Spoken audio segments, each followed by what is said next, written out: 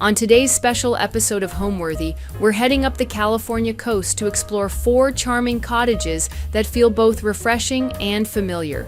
First, we're in La Jolla, where a quintessential beach cottage blends ocean-inspired decor with playful patterns, creating a warm and lively home for a family of 7. Then, we head to Newport Beach, where a 425-square-foot apartment has been transformed into a cozy, Nancy Meyers-style retreat that captures the essence of coastal cottage living. Next, we're off to Laguna Beach, where charming antiques, natural textures, and a lush garden come together in this peaceful and nostalgic home. And finally, we stop by a breezy Santa Monica bungalow that reflects a creative spirit and timeless sensibility through beautifully curated design.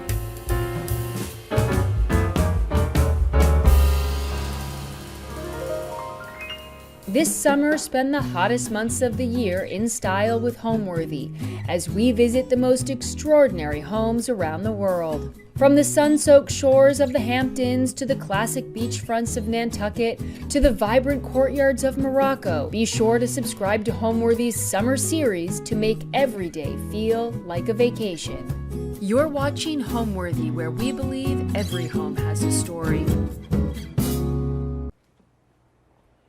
Hey Homeworthy, I'm Leslie. Welcome to my home in California. Come on in.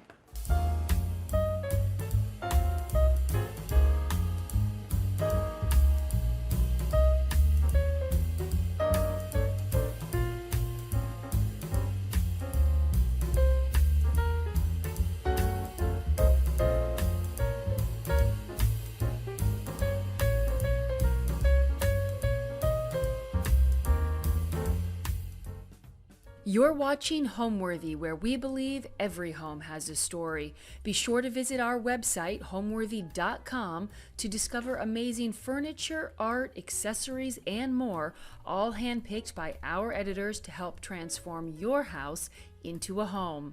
All of the items are inspired by the episodes you see here on Homeworthy. Enjoy!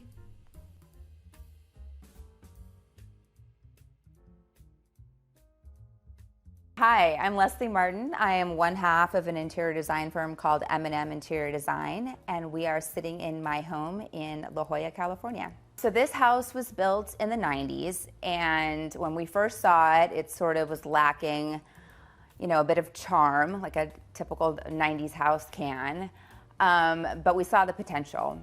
It is in an area of La Jolla, California called Bird Rock, that is right on the ocean. We're actually on a cliff overlooking the ocean. So it's a beautiful spot, and it just needed some charm. So we did a lot of work to bring in a kind of a sense of history to it by adding some architectural details that I'll talk about. But what we loved about the house, aside from the location, is that it just had this incredibly happy vibe to it. And I don't know if we can, tie that back to its previous owners or what it was, but there was just like an energy about this house that sort of spoke to us right away. And what was interesting for me is that it actually is a few doors down from the house that I lived in my 20s, which was just a total coincidence. So in some way it sort of felt like coming home to me. And so now it's kind of strange to be back here with 5 children and hanging out in my old neighborhood, my old stomping ground, but it's really kind of a full circle moment. So it's great. It's rather small, I will say that, and probably not by regular standards, but when you're cramming 5 kids into the house, it does feel rather small. But the great thing about being in Southern California is that we live outside 90% of the time. So we eat our meals outside, the kids are outside constantly, and so we can sort of make a smaller house work for our family. And again, we can't beat this location. Waking up to the sounds of the ocean is just priceless, and I would live in a shoebox if it meant that I could wake up to that view every morning. So this is our foyer. It opens up to really a big great room in the house. It's the kitchen, it's the living, it's the dining, it's all sort of one large connected space. but it was really important that I gave it a moment that sort of makes it feel like an entryway. So great way to do that is a table that's sort of your catch-all. This is a great piece. When we lived in Chicago, we were lucky enough to live in the original Playboy mansion, and when we bought the condo, we asked the previous owner if we could have some of her antiques, thinking there was no way she was going to say yes to that, but she actually did, and this is one of those pieces. So I love that it's got a lot of history to it. What is hiding behind this is a jib door that opens up, and it's all my storage for all of my china. It's a small house, so we needed to steal storage space wherever we could, so we would utilize that space under the stairs to store all of that stuff, which is great. This shell lamp is one of my favorite things. I have a total obsession with all things shell encrusted. I don't know where it came from, but it's very strange. There's lots of things that have shells on them in this house, which is perfect because we're by the sea. So I found this at an antique store and just fell in love with it, but didn't buy it when I first saw it, and ended up leaving, driving all the way home, and then couldn't stop thinking about it. So I drove 45 minutes back to the antique store to pick it up, and thank goodness it was still there. Always a good idea in an entryway, have a little box to throw things in, keys, receipts, that sort of thing. This little ottoman, I love. It was a country club that was having like a big renovation, and so they were getting rid of a lot of their old stuff. So I got this for practically nothing, and I wanted to recover it in something fun with a block print, but I just wasn't finding the right thing. So I went downstairs to my stack of tablecloths, and I found this one. I'm like, that would be so perfect. So had my upholsterer recover the ottoman in a tablecloth, but you would never know. Always on the ready is my to-go basket. This is the soccer game grab. There's always shin guards and whatnots and water bottles in there, but why not make it cute? It's gotta work and be cute at the same time. This fixture is a huge favorite of mine. I'm a big fan of one of the original interior designers, Frances Elkin, and she did a plaster shell lamp. This is sort of just a more updated version of that, and I loved that it had the rope on it, which made it feel just slightly nautical and a little bit more casual, but I think it's perfect here in this space. The drapery by the front door was a big debate in my house. Everybody thought it was a very strange idea, but it's actually, you see it a lot like in country houses in Britain and Europe, and I think the original intent for it was more temperature control. You could kind of close off the draft, but I think it's great for what we have going on here, which is this Dutch door. With the glass front, sometimes you can feel a little exposed at night. So especially if the kids are here, they can pull that and they feel like they have a lot more privacy. And also it's a great opportunity to bring in a little bit of color and pattern, which I'm always looking for an opportunity to do that. So that works well there. And as soon as it went up, everybody stopped giving me a hard time about it because I think they love it too. The mural leading up to the staircase, or up the stairwell, it was more of an issue of practicality, actually. So when we first bought the house, I had only seen the house for about 15 minutes total, and then we flew back to Hawaii and made an offer and bought the house, and I had to do all of the original renovating of the house from afar, and I didn't know the house very well. So first thing I did was just have everything painted white, which was just a good base to start with. So we had moved in, and it was, living in the house, and this whole big expansive wall was white, and I very quickly started to see little muddy handprints going up the staircase, which happens in a house with kids, and I thought, okay, that's gonna drive me nuts. So what can I put on that wall that's gonna sort of hide that kind of wear and tear? And so a mural made total sense. This mural is from a company called Ixel. They're fabulous. They're out of London. And we had this one custom sized to accommodate the double height because it goes all the way up to the second level. And it's really become such a focal piece of the house. Everybody asks about it when they come and see it. And I don't know if you can see where you are, but it's a beautiful sort of boat scene. And then there's a giant tree that arches up that will carry up to the second level. You'll see when we go up there. But it's fantastic. And the stairwell runner was a bit of a challenge. I had it made overseas, and then it came to me in like 4 different pieces, and we had to have the installer sort of puzzle piece it together. But I love the kind of graphicness of the bold stripe that we've mitered here on the corners. And super durable, 100% wool, can't do anything to it. It takes a beating. I don't know how you would define the style of this house, actually. I call it a beach cottage. It's very simple. It was almost sort of craftsman-y in its architecture. There just wasn't a lot here. So one of the first things that I wanted to do was add some detail to it. So it had just sort of builder grade trim around all the windows and doors. So I had those all ripped off, and we added some bulkier trim and some window sills. And then one of the biggest things we did was this wall to my left was just solid wall and some heavy built-ins. And so I knew I wanted to bring in more light. So we knocked those out and added some windows. We added some shiplap detail to make it feel authentic and old. And we did some stonework in the kitchen. And, you know, everything that we could do to sort of age the house in a way. But really just, if you look at it from the outside, it's really just sort of a square box. And so it was tricky to sort of add the details to make it a little bit more interesting. But if I had to define it, I'd say it's just kind of a quintessential beach cottage. That is the foyer, and that leads directly into the living room area. So when we bought the house, this room was actually pretty dark. This window and this window did not exist. They were big, heavy built-ins that housed, you know, the VCRs and all of the technology of the 90s that needed to be hidden away. So they had no light coming in from here. So immediately I said, okay, we're going to rip those out and put in some big windows, which really just floods the light in, which is great. I love using a shutter, a double hang shutter, so we can close this and get some privacy but still let some light in. And also I just think it's kind of a nice old-fashioned look to have these small louvered shutters. I think every living room needs a little bar. So this is a bar cart we've had for many, many years. Mostly it's bourbon. We're big bourbon drinkers.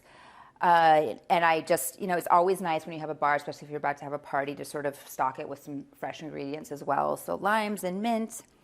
And I love collecting these, I think they're English biscuit jars. They used to house cookies, but they're wood and metal, and they are super charming. I actually keep black licorice in this one. Don't tell my kids. But it's sort of my little treat when I need something sweet. So there's black licorice in that one. And yeah, they're just fun. It's a fun thing to collect because, you know, typically antique stores, wherever you go, sort of have, you know, a couple of them. Some are in good shape, some aren't, but they're just great pieces to add to a bar or, you know, stick some flowers into if you need them. The egg prints, I was looking for sort of a series of things, but everything I was finding was pretty expensive. So I found a book and just ripped the pages out of the book and had them framed, and it makes this nice little collection of art. This is Lonnie, our dog. She's a puppy, and she pretty much just sleeps all day. That's her little niche. Thanks for joining us, Lonnie. Like most interior designers, I have a total obsession with decor books. It's a problem. I stack them everywhere, but I love them. There's something about having inspiration just sort of reach away that is comforting to me. And nothing makes me happier than when I see one of my kids flipping through it and actually enjoying the book. I love that they're feeling sort of inspired as well. So they're stacked on the table, they're stacked below the table, they're stacked all around the house. Love, love, love books. Harkening back to what I was saying about my obsession with everything shell encrusted, I even took it so far as to have the couch shell encrusted. This is a fabulous fabric from Y out of London, and if you can see, it's they're shells, which makes a really pretty pattern. But again, I like the fact that it's kind of busy because surprisingly it actually hides a lot of spots because it's got such kind of a busy pattern to it. I've had solid couches in the past, and for whatever reason you can see every little spill and nick, so slap a pattern on it, it makes it a little bit more durable. So this piece is super old. It was from the 1700s, and it has traveled probably all over the world, survived a million different things, and finally made it here. And within a week, one of my children had ripped the door right off. So, you know, things happen. Thank God there's good furniture fixers, and they were able to put the door back on. But it's convenient. It stores all of our board games and some extra liquor and just things we sort of need tucked away. There's not a lot of storage in this house, so we sort of have to take every opportunity that we can, and this serves the purpose for that.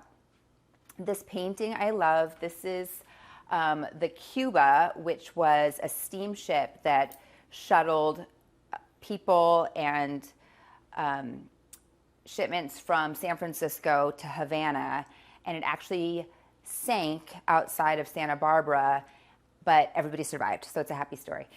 So this painting is really old, and this is the original frame. It's a little bit beat up, but one day I'll get it fixed.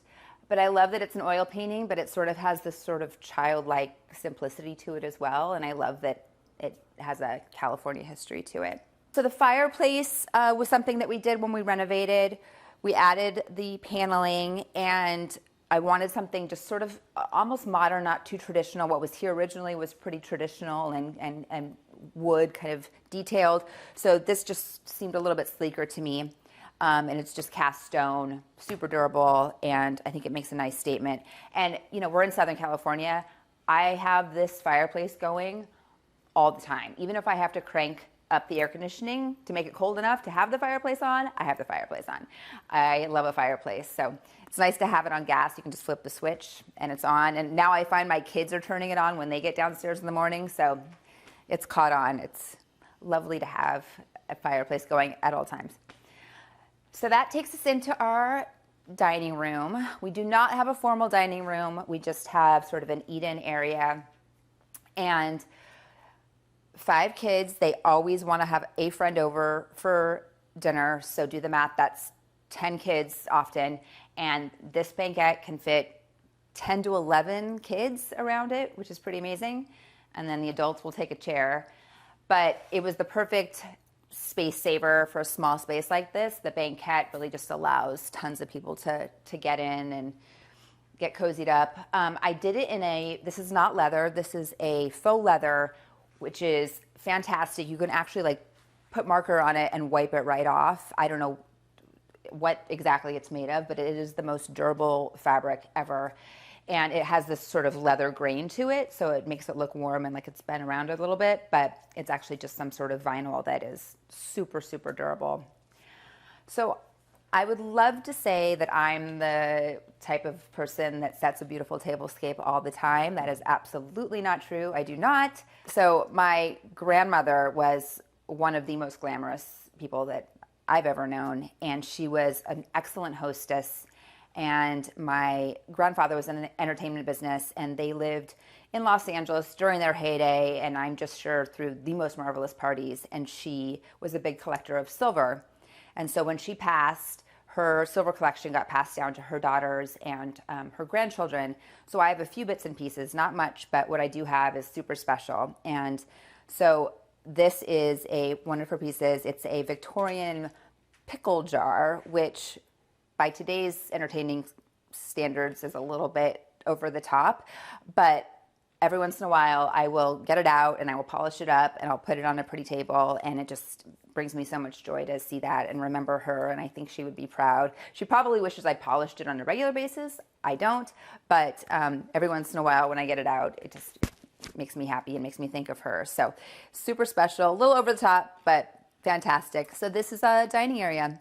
This gentleman here, his name is Phil or Randy or Brad or Chip. I don't know what his name is actually, but we all have our version of who he is. So if we have dinner guests, it's a fun game. We play with them. We ask them, who do you think he is and what's his background story? So we've had some really interesting versions of this man's past. So it can get kind of silly, but I don't know who he is. I don't know his history, but I found him in an antique store, and something about him just sort of transfixed me. And so I had to bring him home, and he has traveled with us to many a home and now sits here in our dining room to eat dinner with us every night. These sconces are from Urban Electric, a company we use all the time for lighting. They're fabulous.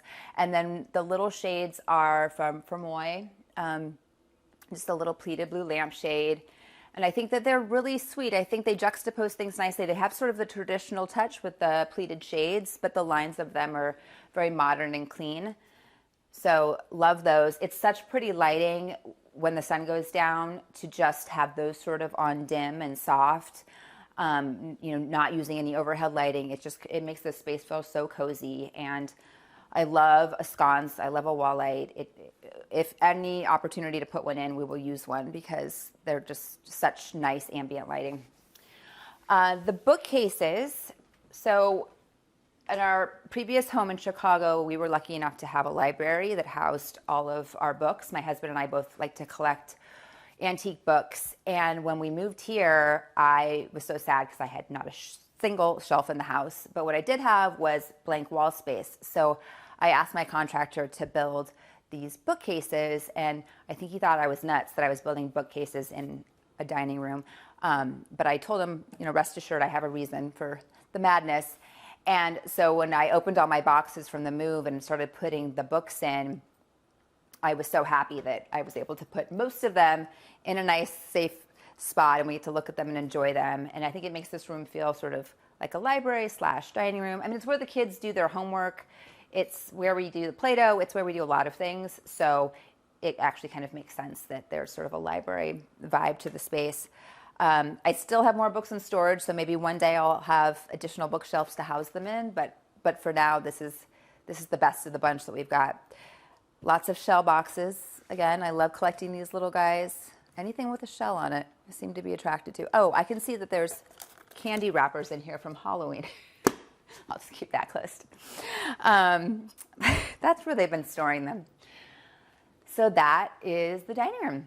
So I own my business with my sister, my younger sister, and we joke and say that we've been working together for close to 50 years, and it's true.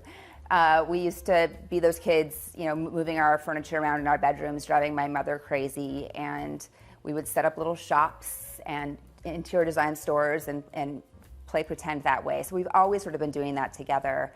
At some point in our lives, in our 20s, my sister and I found ourselves living in Manhattan, and we both had totally separate careers. So she was doing high-end luxury real estate and a little bit of staging, and I was doing marketing and branding. And we both had our separate apartments, and we found that especially our husbands' friends would come to us and say, can you please just help us with our bachelor pads? We're totally lost. So we sort of started doing it on the side, just favors to friends, and then kind of looked at each other one day and realized, we should really be doing this for a living. So we started kind of dabbling in it then. Then life took over. She had 4 children. I had 5 children. And we both just sort of stopped working all together. But we looked at each other at some point and said, okay, we've got to get back into this just for our mental sanity. So I was pregnant with my 5th and she was pregnant with her 3rd. And we said, let's start it up again. And everybody thought we were crazy, and we probably were. But we launched the business, put up a website overnight and thought we're never going to get a client. It's just going to be a hobby. It'll be fine. And we got a call. I don't even know how they found us, but we got a call from a local show house in the Chicago area, and they said, would you want to do a room? And we thought, okay, we don't have a portfolio to speak of. We haven't been doing this more than a few weeks. What are they going to give us, like a coat closet? That would be great. So they said, no, we really want you to do the kitchen and the sitting room and the little office. And we thought, oh my goodness, we are so in over our heads, but sure, why not? So we ended up doing it, and from that point on, the business just completely took off. We've never advertised, and we've had just constant business and repeat business, and it's just kind of taken on this life of its own. So I don't know how it happened, but we're so happy that it did. It's definitely grown beyond our wildest expectations. We're still based in Chicago, so our staff and my sister are still there. And I relocated out to the West Coast a few years ago, and so now we have one employee and myself out here. So we're sort of in two cities, but our clients are all over the country, and we probably have COVID to thank for that. Everybody got very comfortable with interior design from afar. And so I've decorated houses that I've never even stepped foot in. And that's all thanks to, great technology, a good team. And so we can really just do it all remotely, which is fantastic. And so, yeah, that's where we are. So from the dining room, that leads us right into the kitchen. I'll stop here real quick. This is, I love oil paintings. The more sort of beat up the frame is, the better in my opinion. So this is from a Dutch artist, and I found it on auction. I use a site called Live Auctioneers. It's the best. You can find great deals. I highly recommend it. And then I like it juxtaposed with this Mexican redware pottery that I found. Just kind of playing with the spaces and the shapes, I think keeps things interesting. And it's totally okay that they're from completely different parts of the world and completely different time periods. When you throw them all together, kind of a mix, it seems to work. So here's our kitchen. Kitchen was by far the biggest renovation. So it's the only renovation that we did after we moved in. So we sort of had to live through it, which I now have total sympathy for my clients because it is so hard to live through a kitchen renovation when you're eating Fruit Loops out of a bowl in the garage for 6 months. It was horrible, but we got it done. So pretty much the footprint of the kitchen stayed the same. It worked just fine. I did make the island larger. I'm a big fan of styling an island. I don't like to see a completely empty island, so I made it wider so I had space to play with things. So here sits my collection of just sort of randomness. I love having silverware just kind of out and some crock pottery just for the kids to pull. I always have a candle going. I don't think that's recommended in the kitchen because the smells with the cooking, but I love this scent, so I always have it burning. I went with the honed marble. And I did that intentionally because I really like to see it wear and tear. I love the etching of it. So this is a honed, and certain times of day you can see all the spots in the cup rings and whatnot, but I actually really love that about it. Same as the unlacquered brass. I think the more wear and tear it gets, the better it ends up looking. So we used that. The backsplash I get asked about all the time because I think people think that it's really high maintenance. So it's a stone over-grouted backsplash. And my reasoning first and foremost with this was when you open the front door, you're flooded with this light and the kitchen is the first thing you see. And so I wanted to make sure that the backsplash didn't reflect all that light and kind of blind you. So I really need something that absorbed light. And this stone does a nice job of that. It pulls in the light and it doesn't bounce back at you. Second reason I chose it was, here in La Jolla, the topography is basically rocky cliffs that sit above the ocean. And I wanted this home to have a sense of history and almost like it had been found. And so the idea of using this stone sort of felt like we had uncovered this house and sort of carved the home into it. And so I thought that was a nice tie to the topography outside. So it works great. And the question I get the most is it hard to clean?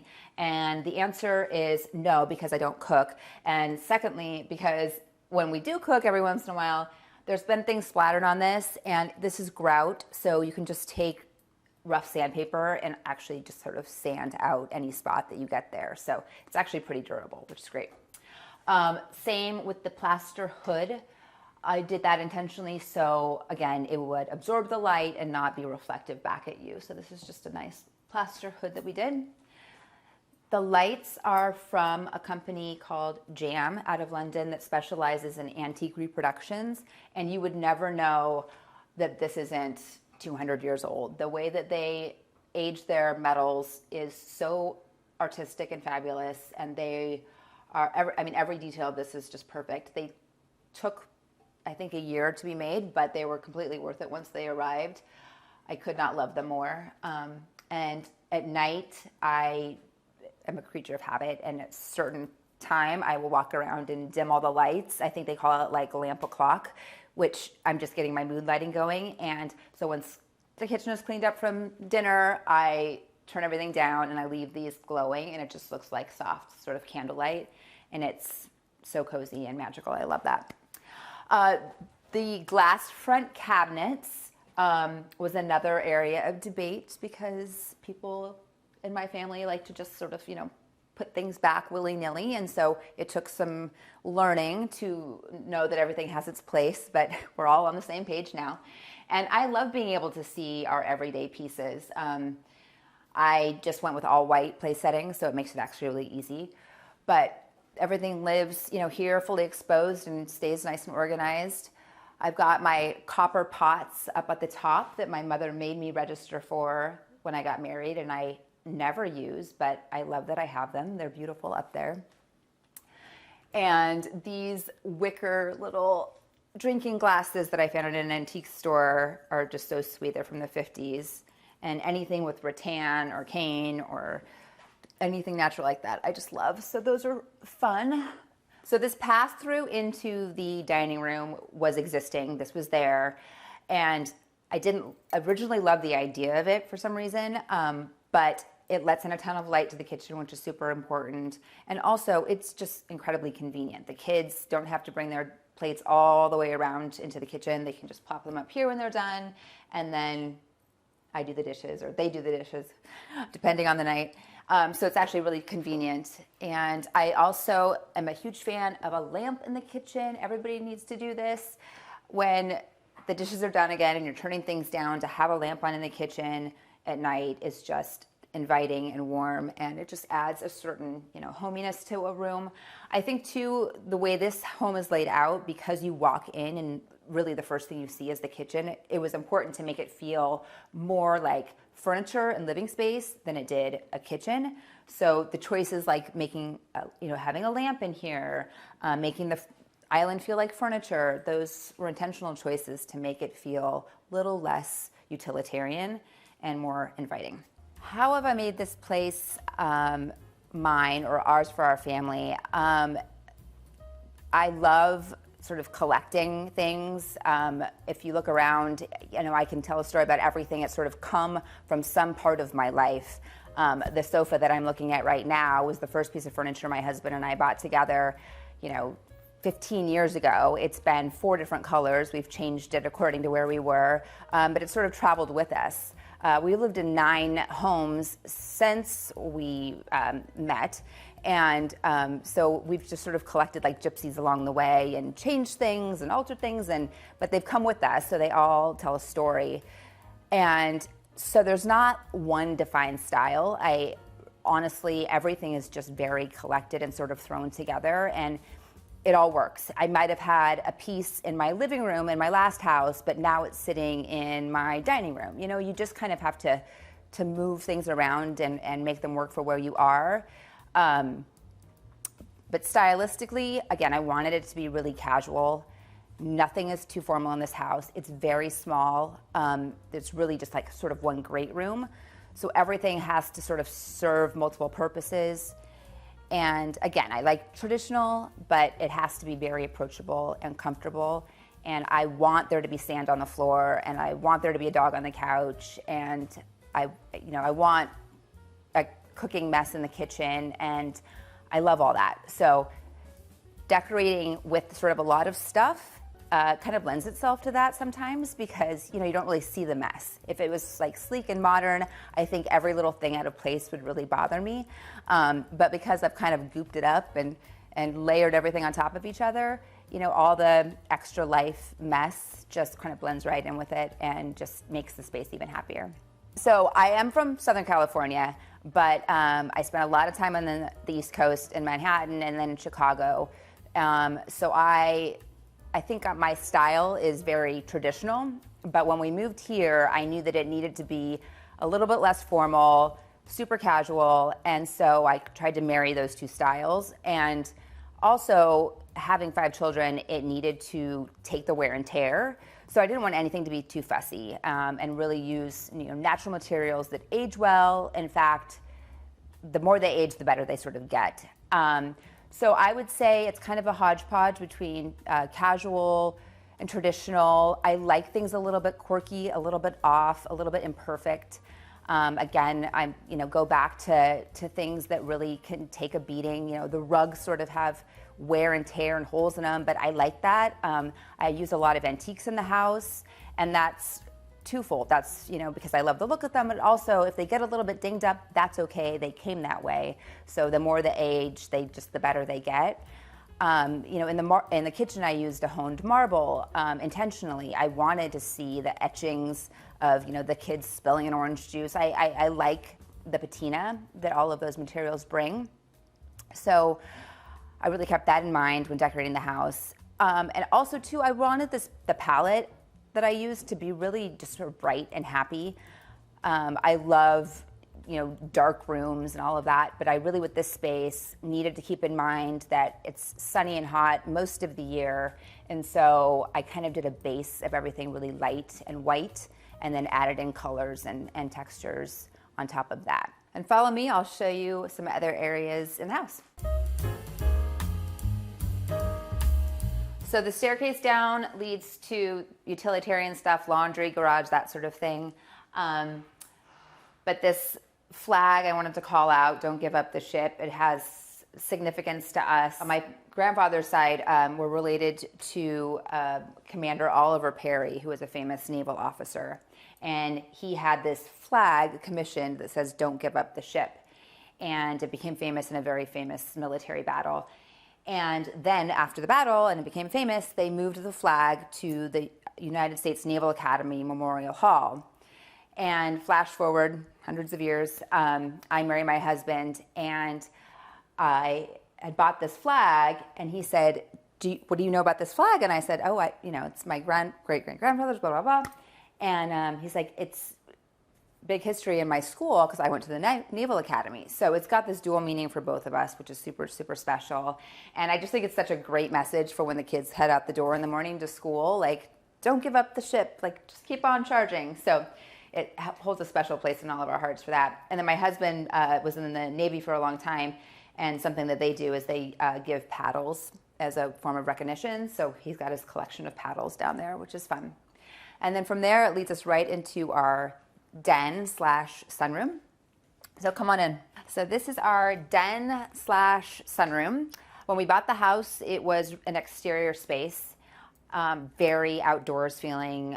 It was the exterior of the home siding, so we wanted to cozy it up and use it as extra sort of TV hangout space.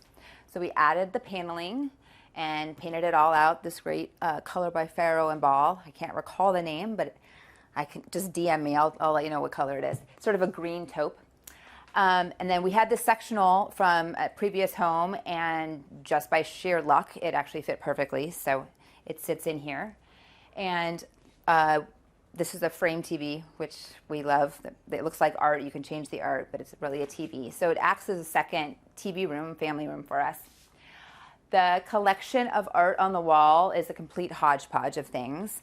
So recently, my sister and I did a room at the Kips Bay Show House in Dallas, and a wonderful antique store in Dallas called Wolf Hall had lent us a couple of oil paintings for the room, and I fell in love with everything that they let us borrow, so I ended up purchasing it for myself when we were done.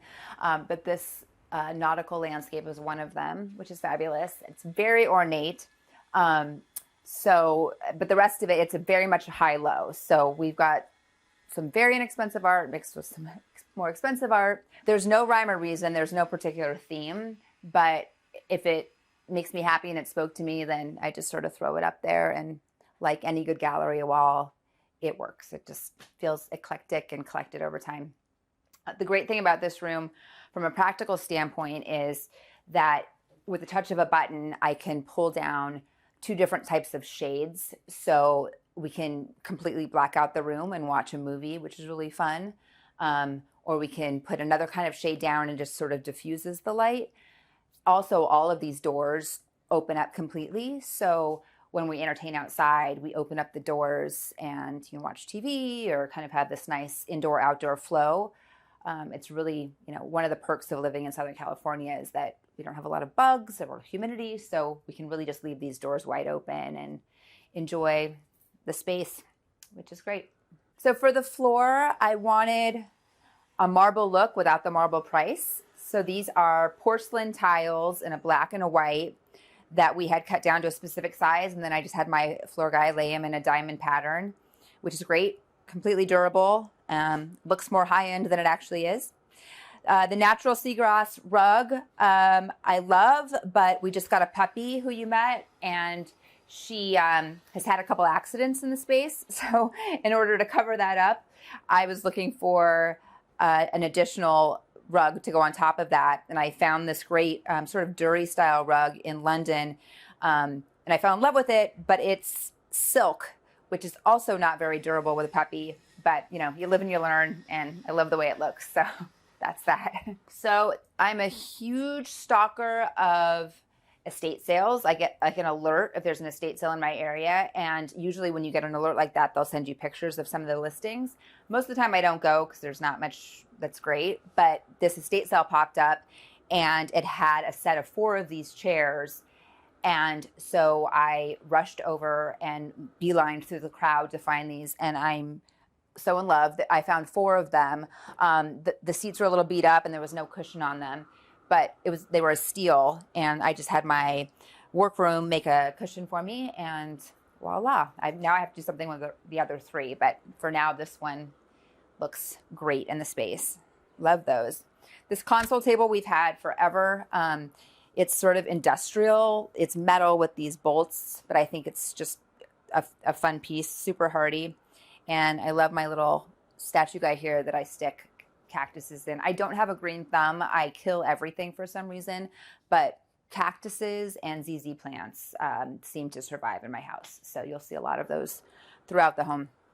These lights are by Urban Electric, and I don't know if it's showing up now, but they're reflective. So at night, all these little cut glass pieces reflect the light back, and it looks like a little halo of twinkle lights, and they're just really special. The pottery lamp is by a company out of Mexico, and they do really just beautiful, sort of like whitewashed pottery. So that's a pendant from them. So if you have a lot of kids, or even one kid, you know how important it is to make the pieces in your home durable and sturdy.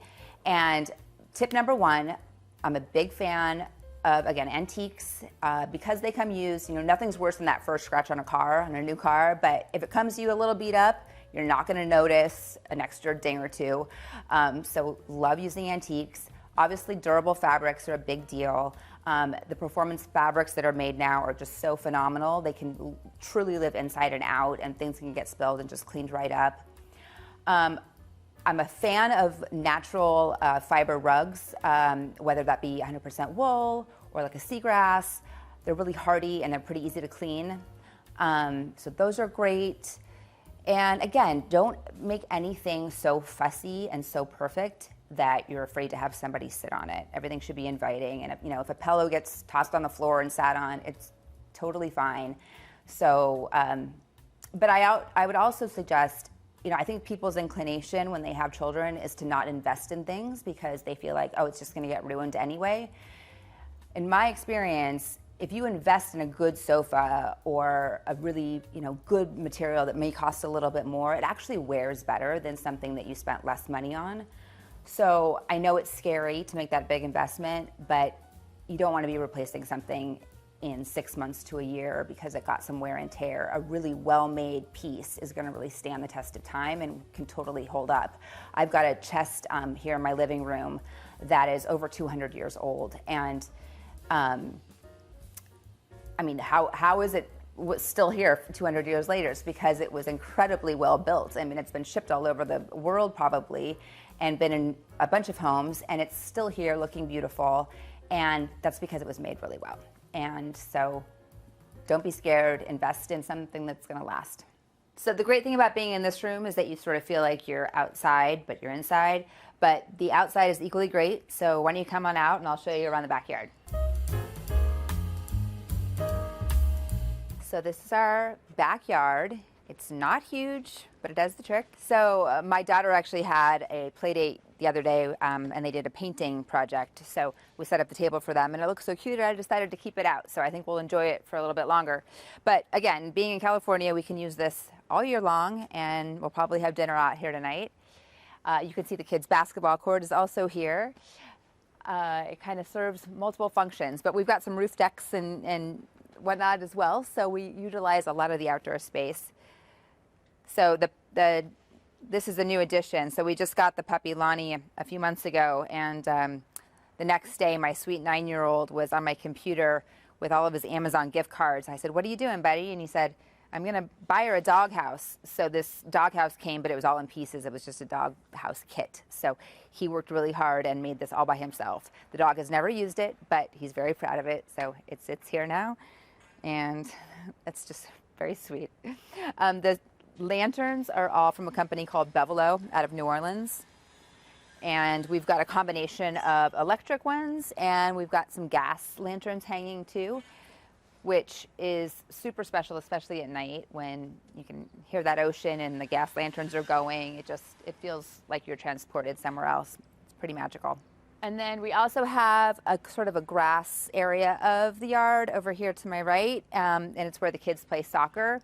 And you can't see it from here, but there's a straight shot to the ocean. So I think they're the luckiest kids alive that they get to play soccer every night and look at the ocean while they're doing it. They have no idea how lucky they are. I am not a gardener. I have no green thumb. I kill most things that I plant, but I have found that if I plant them in planters, they're somehow more manageable. So I do a lot of kind of a collection of things, and then if something dies, it's okay, I can swap it out and without killing the entire garden. So this is my attempt at planting. The rose bushes were here when we moved in, and they kind of bloom and die and bloom and die, but when they're in full bloom, this entire area is just covered in white roses, and it is so magical. It smells amazing, and it just looks divine. So that's a really special spot. So now follow me on upstairs. We'll go take a look at some of the bedrooms. So welcome to the second floor. This is where most of the bedrooms are. This is our primary bedroom. One of the better views to the ocean in the house. It gets better the higher you climb. So these are French doors that open up to the little deck, which is so lovely. I sleep with the windows open so I can hear that beautiful sound out there. I have my collection of family photos here that I love to wake up to and see every single day. And this bed has been one of those pieces, same thing as that couch. We bought it right when we got married, and it's traveled with us. And it was just from one of those big box retail stores, kind of bland, a solid colored linen. And so I knew when I got it here that I wanted to do something special. So found this great block print fabric and had it reupholstered, which really has given it a whole new life. This bone inlay table was a great find. I have friends, Patrick Wade and David DeMattai, that own a store right around the corner, which is super dangerous, and they carry the most beautiful things. So I frequent them often, and they've had this antique vintage table that was just so beautiful and fit perfectly right here. So it's sort of a desk / nightstand. So the table lamp is red leather, vintage Italian lamp. I can't recall the designer, but I found it on First Dibs. I love it. It gives us sort of a masculine vintage energy, which I think is great. And then does it seem like overkill to have a reading lamp and a desk lamp? No, because it's hard to turn off a table lamp when you're in bed. So it's nice to have this little guy here. My husband and I will both read at night, but we sort of have a slightly different schedules. He goes to bed pretty early, so it's so nice to just be able to turn on my little reading lamp and not bother him with, lighting up the whole room. So that comes in handy. These bamboo chairs, so I would highly suggest that everyone go onto Amazon and buy themselves a set of these bamboo chairs. They're not expensive. They work in almost any room of the house. We use them as outside chairs as well. They are great extra seating if you have guests, and they're just sort of a chicer version of a folding chair, and they age really well. So the wallpaper is a seagrass or grass cloth, and I just wanted it to be in a really natural, neutral color. Almost has the look of sand or like a bleached wood. Just makes it feel really earthy and easy. And I'm a big picture hanger. Like, I love to hang pictures, but then I change my mind. And so I think grass cloth is so forgiving because you can put a million holes in grass cloth, and then when you change your mind and take a piece of art off, you can't even see the hole. So that's a little trick I like to use. This wardrobe hides all of our sheets and blankets and that sort of thing. And when we got it, it just had some, strange mesh kind of covering on it. So we popped that out and just did pleated ticking stripe fabric, which is lovely and very cost-effective way to do that. So lots of built-in storage, which is great. Obvious answer to what I love most about this home would be the location. We are literally a stone's throw from the sea, and so it's so magical to smell the ocean every day, hear it at night when we're falling asleep, see it. It's the most calming thing, and so I love that about it. But I also love, and this is it was a surprise to me with this house, because we went from 5,000 square feet in Chicago to 2-ish thousand square feet here, which is tight when you have 5 children. But I love how small and cozy it is, and how I can hear, good or bad, I can hear what the kids are doing at all times. I know where everybody is, and there is just something really special about being in such kind of confined space with one another. I don't know if I'll always be able to say that, but right now that's what I'm loving about it. It's really easy to clean when you have a small house, so I love that. And I think, we've only been here for 2.5 years, and I think in that time, we've really made this house feel like ours. We've done things to improve it. I hope that we've done things that, future families can enjoy about the house, but I think we've left our mark on it, and that feels good. This house, and any house really, is always a work in progress, right? There's always something I could make better. But I like that about it. I like that it's a project. If it was just perfect and there was nothing to be done, I'd probably get bored. So I like that it's a little quirky and it needs some fixing. I think that's the fun of it. And then from the bedroom, it leads right into my office, which I'll show you now. So welcome to my office. It's small but mighty. In Chicago, we have a nice, big, beautiful studio, but here it's just me, so I don't need much space.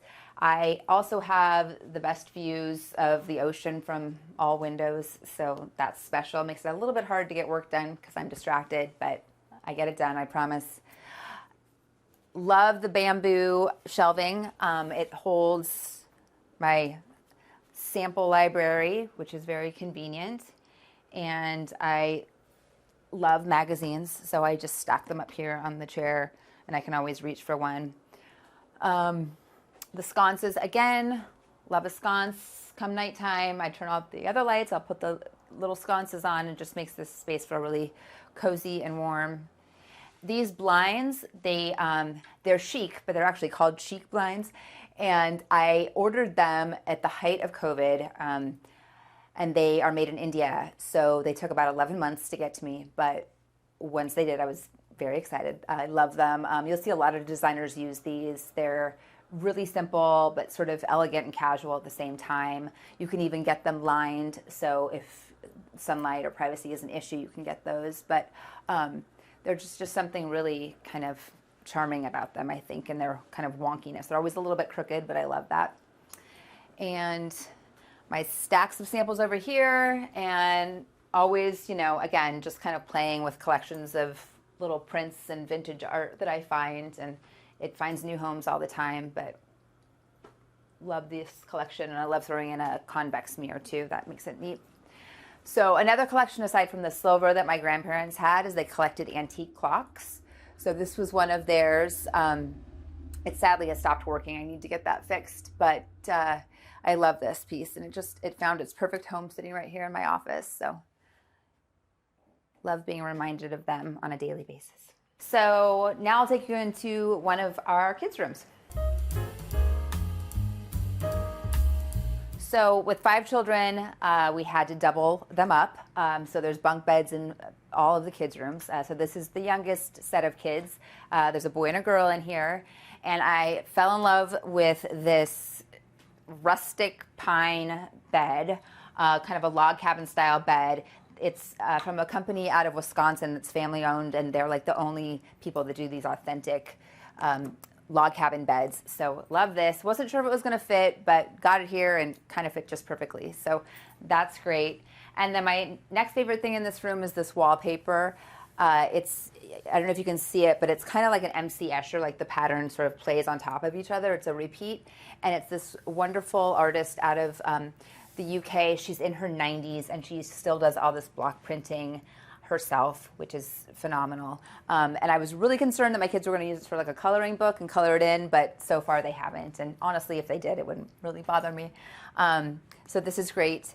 We have our relatives, actually some of them came over on the Mayflower, so this is an important piece to us that we talk about with the kids, and how special it is that we had ancestors that came over on the Mayflower. And I don't know if you can tell, but it's actually all needle pointed, which is really fun.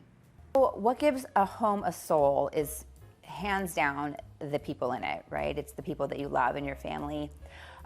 During COVID, we made a very rash decision to sell our house in Chicago and pack everything that we owned and move to Hawaii for a year. And when we did that, I was incredibly nervous because I'm a huge homebody and lover of my own space and like my things around me, and obviously love to decorate. So the thought of, you know, sort of being nomadic and moving into a home that wasn't mine with things that weren't mine was really scary to me.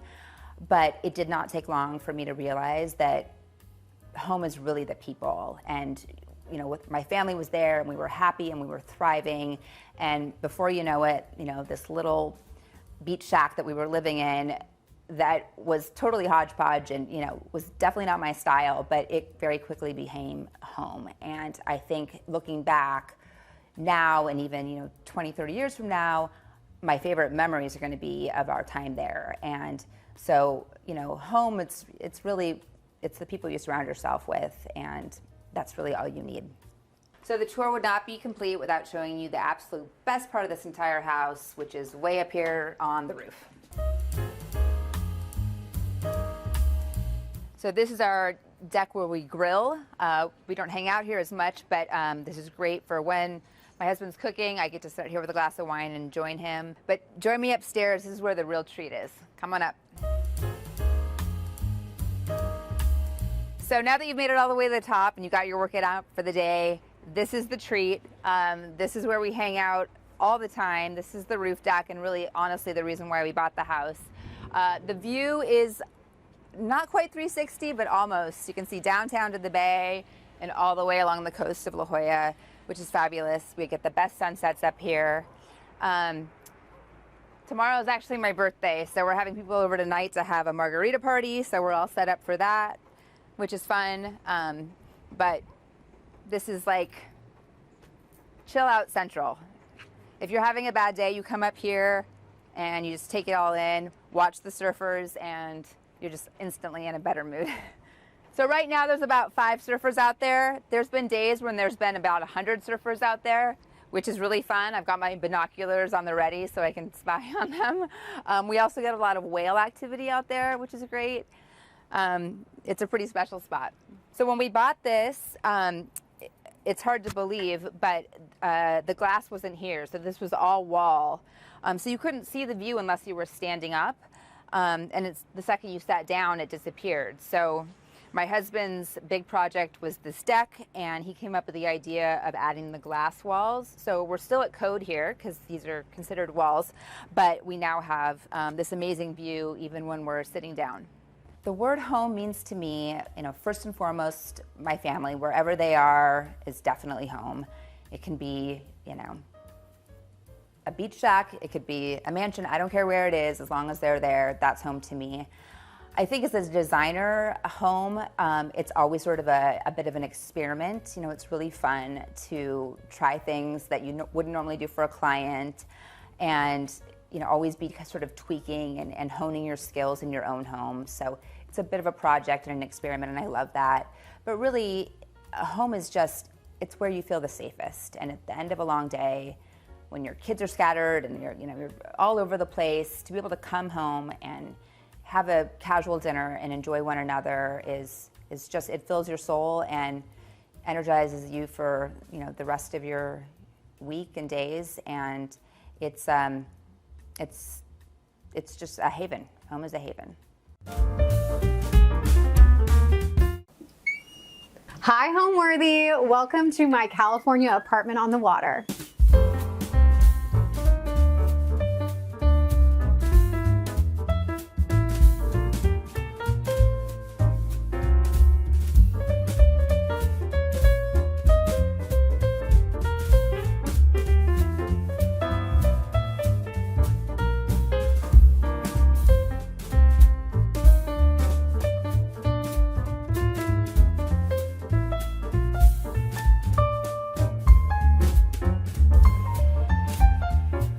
Hi, I'm Allison Kenworthy, the founder of Homeworthy, and we're now offering a membership plan that gives our supporters early and exclusive access to new videos.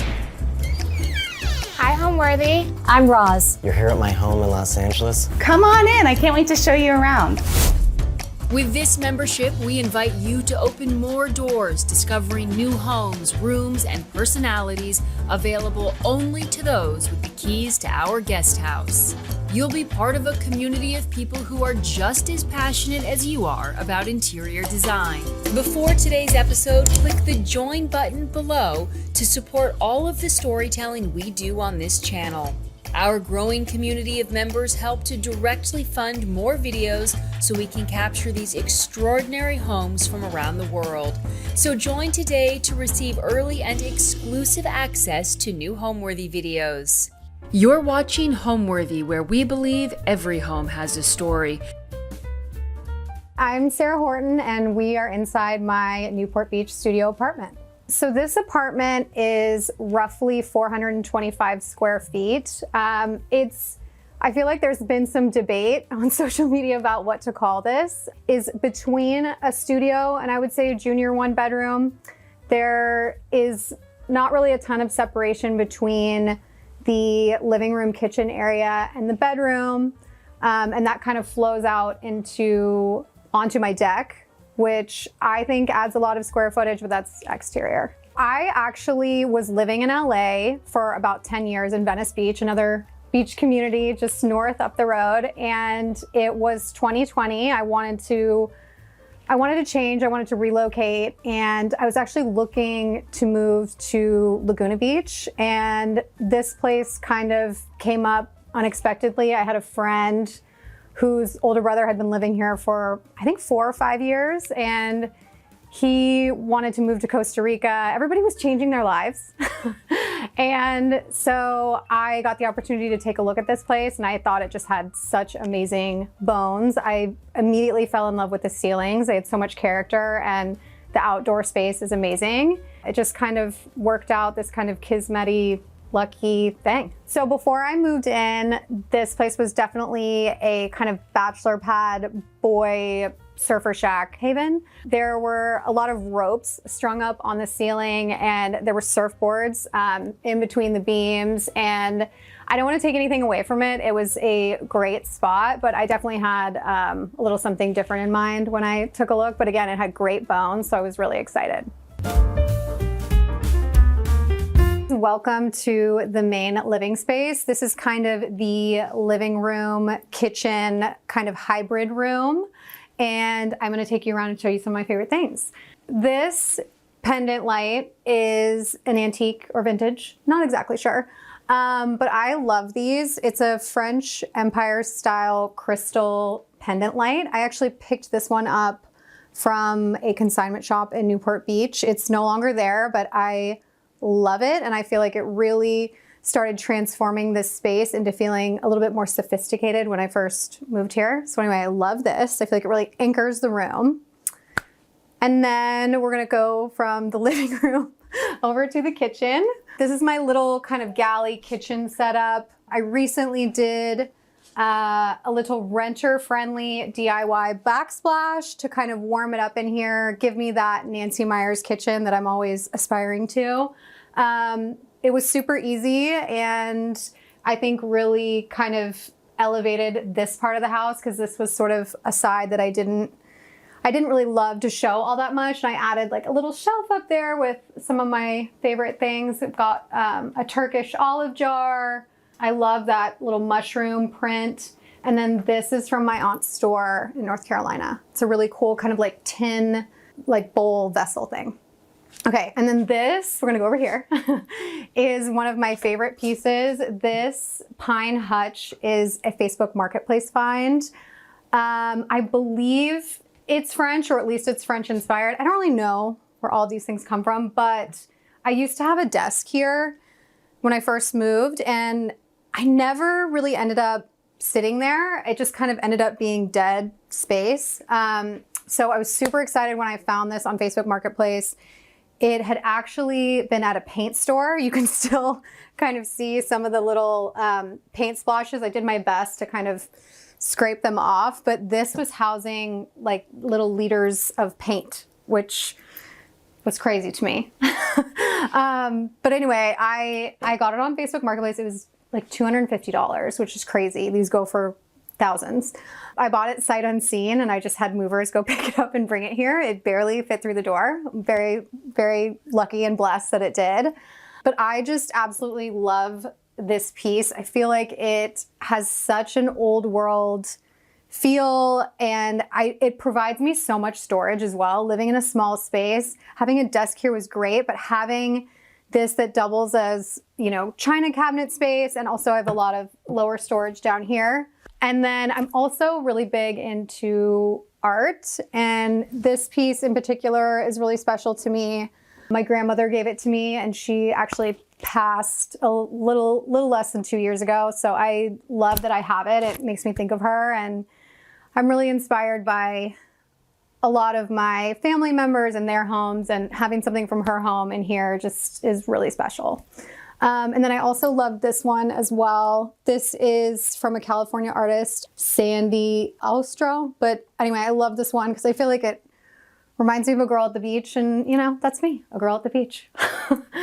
So I store a lot of different things. I have extra towels down here, beach towels and bath towels because we're at the beach.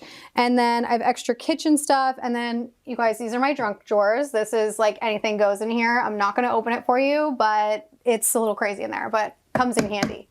I usually keep my plates up here, but they're actually outside on the deck set for dinner. So you'll see them in a little bit.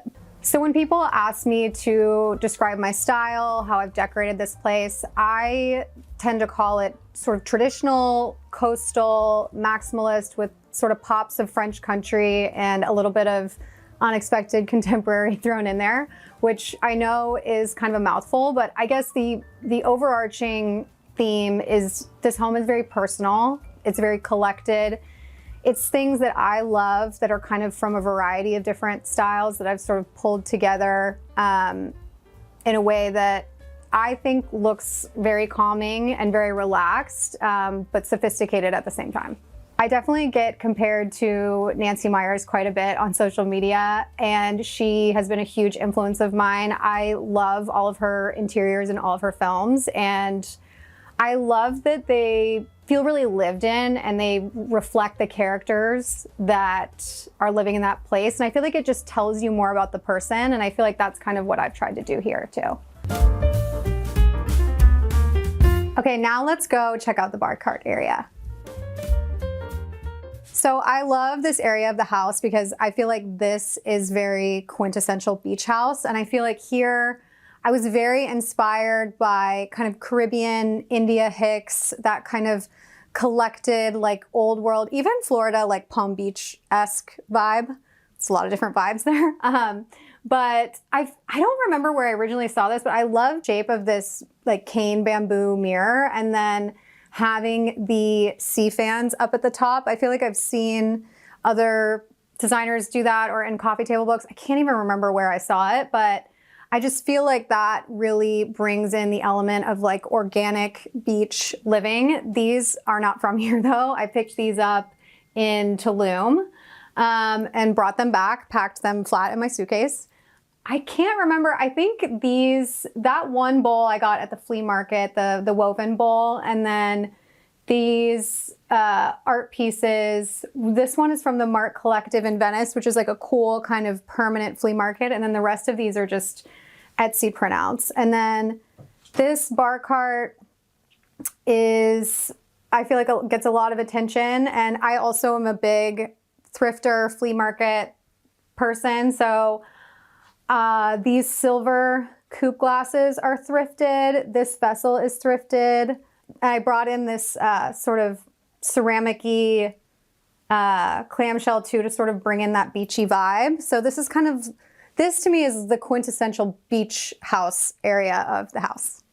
So the overall vibe of this place is very kind of cozy, coastal, maximalist. I love to use different textures in here, and especially because it's so light and bright and white in here, I really wanted to use a lot of lighter tones to kind of amplify that feeling. But I like to use a lot of different textures and different prints even, like this rug kind of plays off of that. These chairs have little linen slip covers on them. I had them made. I just wanted something kind of organic feeling, and I love the shape of these tiny chairs. These chairs underneath are from HomeGoods and they're leopard print under. But I got this really nice kind of like linen blend fabric and took it to an upholsterer and had them do a French seam. And I love how these look. They're so perfectly sized for the space. And then I've got this oversized cozy couch that's in the same fabric. But overall, it's just comfortable and cozy, and it has a sophistication to it, I think, with the lighting, but overall it's really relaxed. I am a full-time content creator. I create a lot of different content here in my apartment for different brands. Prior to that, I worked in brand marketing for a really long time, and I dealt with a lot of the visual look of the brand. So I would, work on the photo shoots, social media, etc. So I kind of have brought that whole experience into what I do now. Okay, so this is my little maximalist treasure trove. I have more sea fans up top, and then a ton of books, and then a lot of personal things in here. I have photos of family. This is my mom and my great-grandmother and my grandfather and my Uncle Tom at the beach on a boat, which is perfect for here. And then a lot of these things are things I've picked up or collected. A lot of the coral I've picked up myself. And then I really love this boat painting. I got this at this place called The Barn in San Juan Capistrano. So I got it locally, and I just thought it was so beautiful. It had a horrible frame, but I popped it out, and now it's just this really nice beaded board that sits in the back, and I feel like it fits here perfectly with being out on the harbor. And I have one more thing I wanted to tell you about this. We're all about high-low in this house. So this bookcase is actually IKEA. I wanted to find something and source something vintage, but I just haven't come across anything. But I actually really love this, and it just works. The shelves are adjustable, and I feel like it's created this really nice little nook that kind of hides this part of the kitchen. And it's really nice that you can kind of have new, old, high-end, low-end, all kind of coexisting in one space. I don't really have an entryway, but I did kind of make this little gallery wall moment here. And this is another sort of high-low feature. So these two, I think, were originally from Restoration Hardware, but I ended up thrifting them. This is a Goodwill little purchase. I honestly can't remember where I got that, but then these I took from my mom, and I think they're actually nice. Sorry, Mom. The best thing about living by the beach is being in such close proximity to nature and such close proximity to the water. I find nature in general to be so grounding, and being able to walk just a few blocks and you're just surrounded by gorgeous sand and water. It's really just so calming and relaxing, and it's part of the lifestyle that I really love being down here. Okay, so now you've seen the main living space. Let's go check out the bedroom, which is right here. Okay, so the inspiration for my bedroom is still definitely coastal, cozy, traditional. But we went a little bit less maximalist in here just to make sure it was nice and calm. All white bedding, kind of mixed with like a little bit of an oatmeal. I brought in the natural rattan sconces. And then I have another one of these vintage French Empire crystal pendant lights. This one's more of a sphere shape. And you can tell they're vintage because the tops are actually still mercury glass. I love this painting above my bed. This was actually 30th birthday present from my parents. And I love that it's kind of an unexpected moment in here because everything is so traditional, and this kind of brings in a little bit of contemporary, and I think it still really kind of reflects the outside, which is very beachy, but I love that piece and it's very special to me. One of the best features of this bedroom is it goes right out to the patio. In the summer, I usually have these doors open all the time, and when it gets hot, I'll even sleep with them open sometimes just for like a nice cross breeze, but it really is amazing having such quick access to outside, and I feel like it enlarges this space so much and makes it feel so much bigger than 425 square feet. I have a lot of white linen curtains here, and especially in the bedroom, I have them covering the door that goes outside. I also have them covering the closet. I feel like it's a great renter hack to hang curtains really high. It sort of draws your eye up and it makes them look custom. And I think it gives it a really kind of cozy, sophisticated look. Okay, speaking of white linen, the white linen continues on the bedding. I'm a big layer person, so this has a lot of layers. But another thing that makes this bed look so fluffy is it's on 18-inch risers, because underneath is where I hide everything I don't want you guys to see. But mostly it's just extra clothes and things I don't use all the time, suitcases, etc. But that is also a great renter hack, is get a high bed and it's better storage underneath. So this little vignette moment is new. I got these vintage botanical plates framed, and they're custom framed to look antique. It's Italian beaded frames. And then to finish that off, I got some sconces from a consignment shop, and then I actually made these like with a glue gun. It's taffeta fabric that I got from a discount designer fabric warehouse, but they're sort of meant to look kind of organic to kind of offset how traditional the rest of this is. But this is a new addition and I love it. It kind of plays into the maximalist aesthetic that I have in here, but it's still kind of clean and calm and relaxing. Another piece that everybody asks about are these dressers. Unfortunately, they are discontinued, but another elevated IKEA find. I'm telling you, high and low can coexist and look amazing. This mirror is a French antique and this is IKEA, and it all kind of blends together in this really awesome way and looks super elevated. I feel like because this place has such amazing natural light, having everything bright and white really works in this space. I think sometimes people assume white makes everything look bigger, which I feel like if you do have a darker room that's really cramped, I think that that is a good time to use color. But in this case, this is an upper unit. There's windows all the way around, so the light in here is really amazing, and I feel like the white just kind of brightens everything up, and I think it does make it look larger. Okay, now you've seen the bedroom, so let's check out the bathroom, and this is kind of a work in progress, so you get a little peek behind the curtain of my process. So currently this is all white, but I am swatching some colors. These are a few that I'm looking at, and I'm also looking to create a shower curtain in a fabric and also possibly a sink skirt. I'm looking at a few different ones, but this one is kind of calling my name because my great-grandmother actually had this pattern in like her little sitting room off of her bedroom. It's called Hollyhock, which I love. But I did sort of a halfway reno and then quit last year, but I did pick up these sconces, which are vintage, at a consignment store, and I found this mirror that I don't think is vintage. I think it's a replica, but I really liked it, and I gotta be honest, the price was right. So she was coming home. I'm trying out these swatches kind of in different areas and looking to see at different times of day kind of what it looks like. And then this is sort of my bathroom storage cabinet. It's a pine antique as well, a little Long Beach flea market find. So more to come.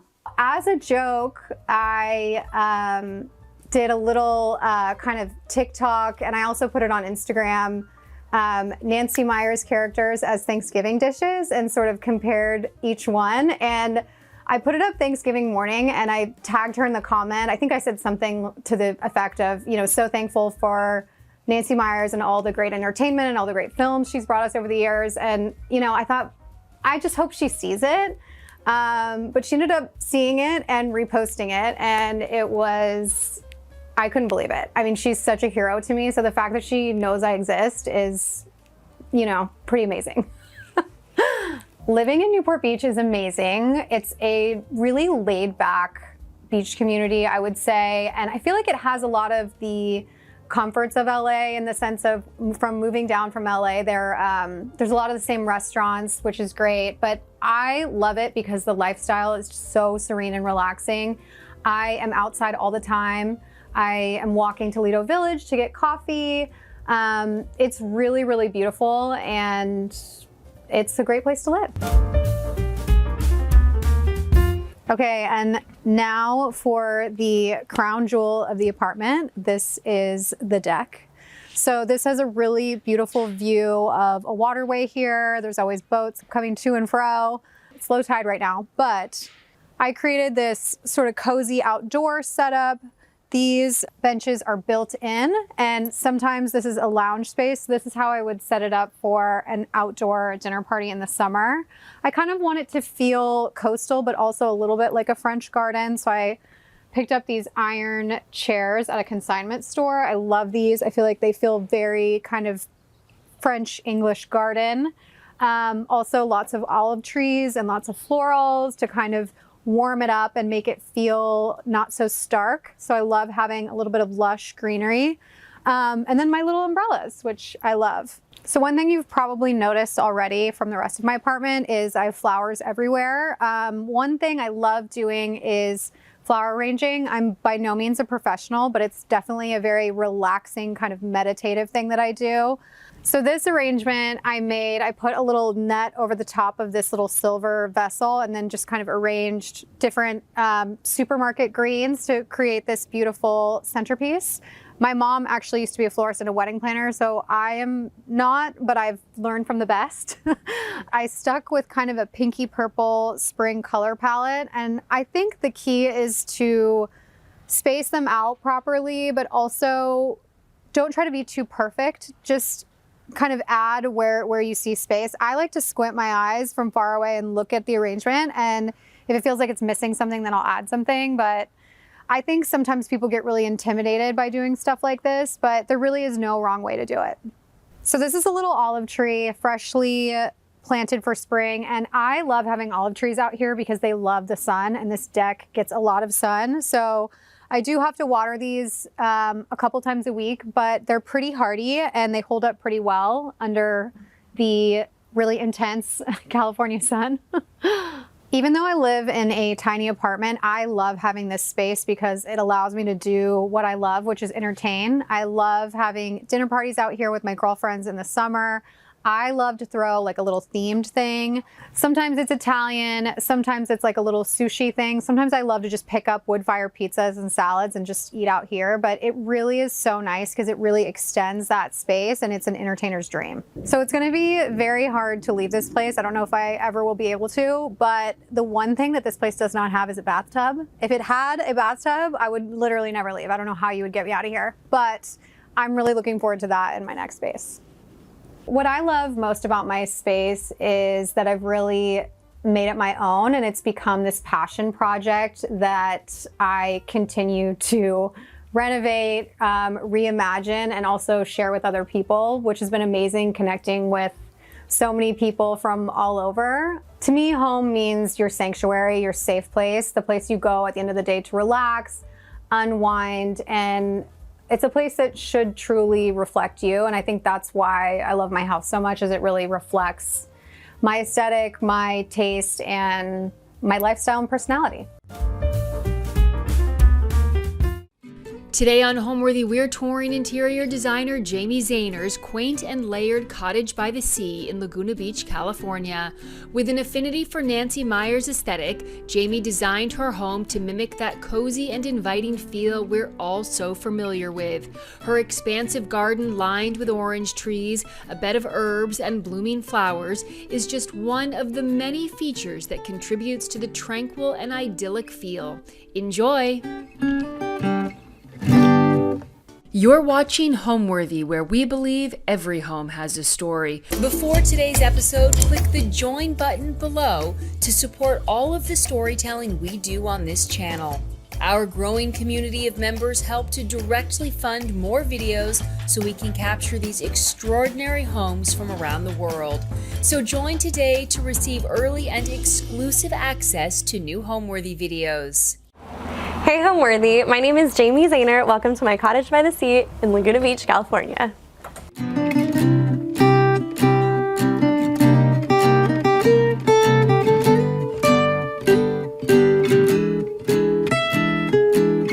So we are in the living room right now, and this is a space I really wanted to create a calm, serene area, a Nancy Meyers aesthetic, if you will, because I wanted to infuse a lot of color in different aspects of the house. So this is kind of the calmer area. So I have the seagrass and the white slip covers. I passed on a vintage tapestry in Europe a couple years ago, and I think about it all the time.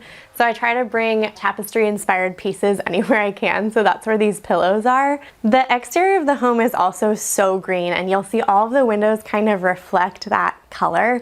So I wanted to pull that in little areas. So that's where the green comes in. My grandfather was a woodworker when I was a little girl, so this is actually a piece he made and that we've had in storage for forever, and I'm so excited that I get to have this, like a little piece of him. A lot of what I draw for an inspiration in my designs and in my home are, I want it to evoke a feeling. So this is something that, I remember him, I know there's a history there, and I love it. And we do that a lot with our clients. So this is a piece of his that I get to hold on to, that I've just loaded up with all of my books and magazines and things that I reach for inspiration all the time. You'll also see in this house there's so much from my travels that I kind of pull in as little trinkets and memories. I actually just got back from England, and this is a piece I snagged in England. I love the colors, I love the seascape, and I loved the frame. So this gets to sit on my mantle right now. I cannot commit to hanging anything on the wall. As an interior designer, I think we're always looking and creating and visualizing things. So nothing is really on the walls in this house because I change things out so often. But this is a prime location. So this got this right now. So the fun thing about a 1926 house is there's not really AC and there's not heat. So in the winter time, this has original windows on the house, so it gets so cold in here. This is Riptide's dog bed. This is actually where I sit in the winter, and I'm next to the fireplace. This is on all the time in the winter, and I absolutely love it. It creates such a cozy feeling, and it's my favorite part of the house. Actually, I'm gonna say that about everything in the house, but this is definitely a favorite. This house was a different color when I bought it. I repainted a little bit just so it felt a little bit more me. So I loved that this house had built-ins and trim and moldings and casings that a lot of homes don't. And so I wanted that to all be contrasting. So I painted this to be a little bit more neutral, and I got a place to showcase all of my books. Again, I'm always reaching for collections and inspiration, and I go through these on an annual basis. But this is kind of where everything lives and I grab for. This is actually the book I had when I was a little girl. This is the book that Riptide is named after. I always knew I would have a golden retriever that I would name Riptide, and so this is where the name came from. And I actually try to find, that book is out of print, but I try to find that and give it to friends who are having kids because it's just like a special memory for me. So this looks like a blank space right now. Again, as a designer, I can visualize what will go here. I have a custom mirror in my head that I can't quite afford yet, but that's what's gonna live on this wall one day, flanked with 2 shell sconces from England. But again, like that's what I know will live there, and I won't commit to hanging anything until I can do that. But again, it kind of just creates this peaceful area for now. So this little area kind of came to be, I found this table at an estate sale, which is where a lot of the pieces I find come from: estate sales, Facebook Marketplace, online vendors that I'll have shipped from places. But I loved the big size. We used it in a client's house. I really thought she'd keep it, but I'm so happy she didn't. So this is kind of where this lives. And then just again, I have my little trinkets, my shells, which are kind of dotted all throughout the house. I have this is from Breakfast at Tiffany's, one of my favorite movies. And then this lampshade is actually, I found at the bottom of a shop in Florence, Italy. It was 10 euros and it was a lot more to ship home, but I thought it was one of the coolest pieces I'd ever seen and so beautiful. And so I snagged it. Everybody said it was the best find of the trip, and it lives here now, and it gets to bring that character and charm and color and warmth into this space.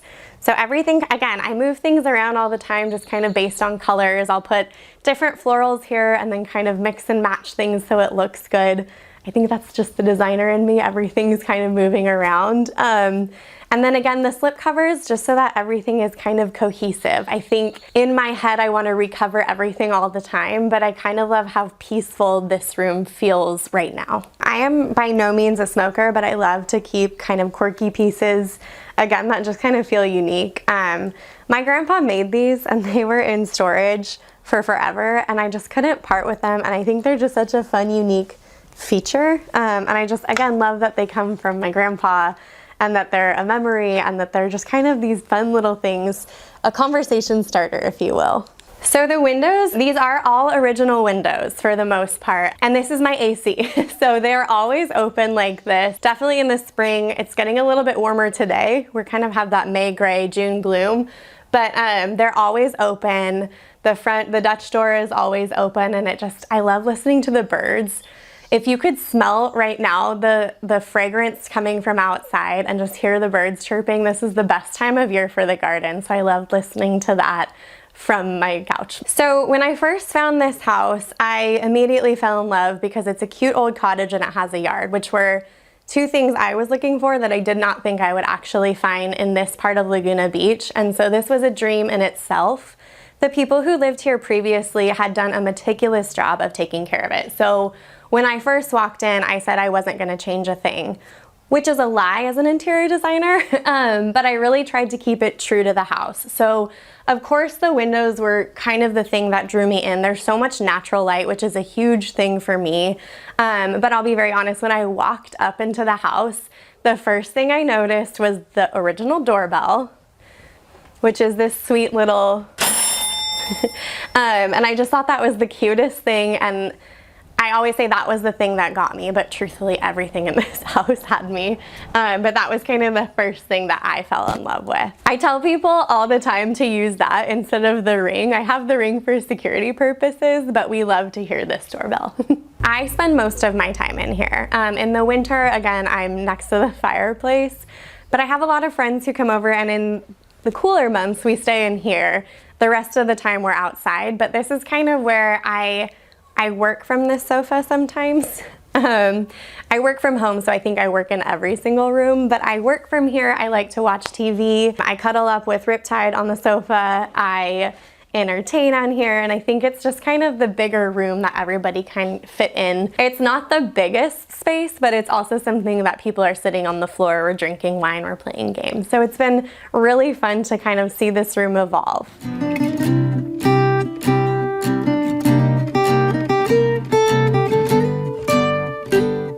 This is the room that I've kind of spent the most energy in redesigning. When I first found the house, I wanted to do wallpaper in this room, but because the living room was going to be so clean, I wanted a nice transition. So what I opted for was a custom mural, because the light that hits this room in the summertime, actually at this time of year, in the afternoon is so beautiful. I didn't want it to be taken away from with a busy wallpaper. So I had the mural commissioned by an amazing artist in LA, and it's all based on the things that you see outside. I have some yellow roses, which yellow is my favorite color, and there's kind of little trickles of yellow throughout the house. There are seashells, which is a big thing. It's part of my brand. It's part of just who I am and being close to the water. We have lavender, which is planted outside. We have oranges, which are reflective of the orange tree outside. I also had him draw the little birds because I became obsessed with feeding the birds outside, the little bumblebees. So all of that is kind of sprinkled into this room. And I had it done in the colors that, again, reflected the outside that I was most attracted to. So you see the oranges and the yellows and the greens. What I always say is I like a muddied down version of those colors, and so I thought he did a beautiful job capturing all of that.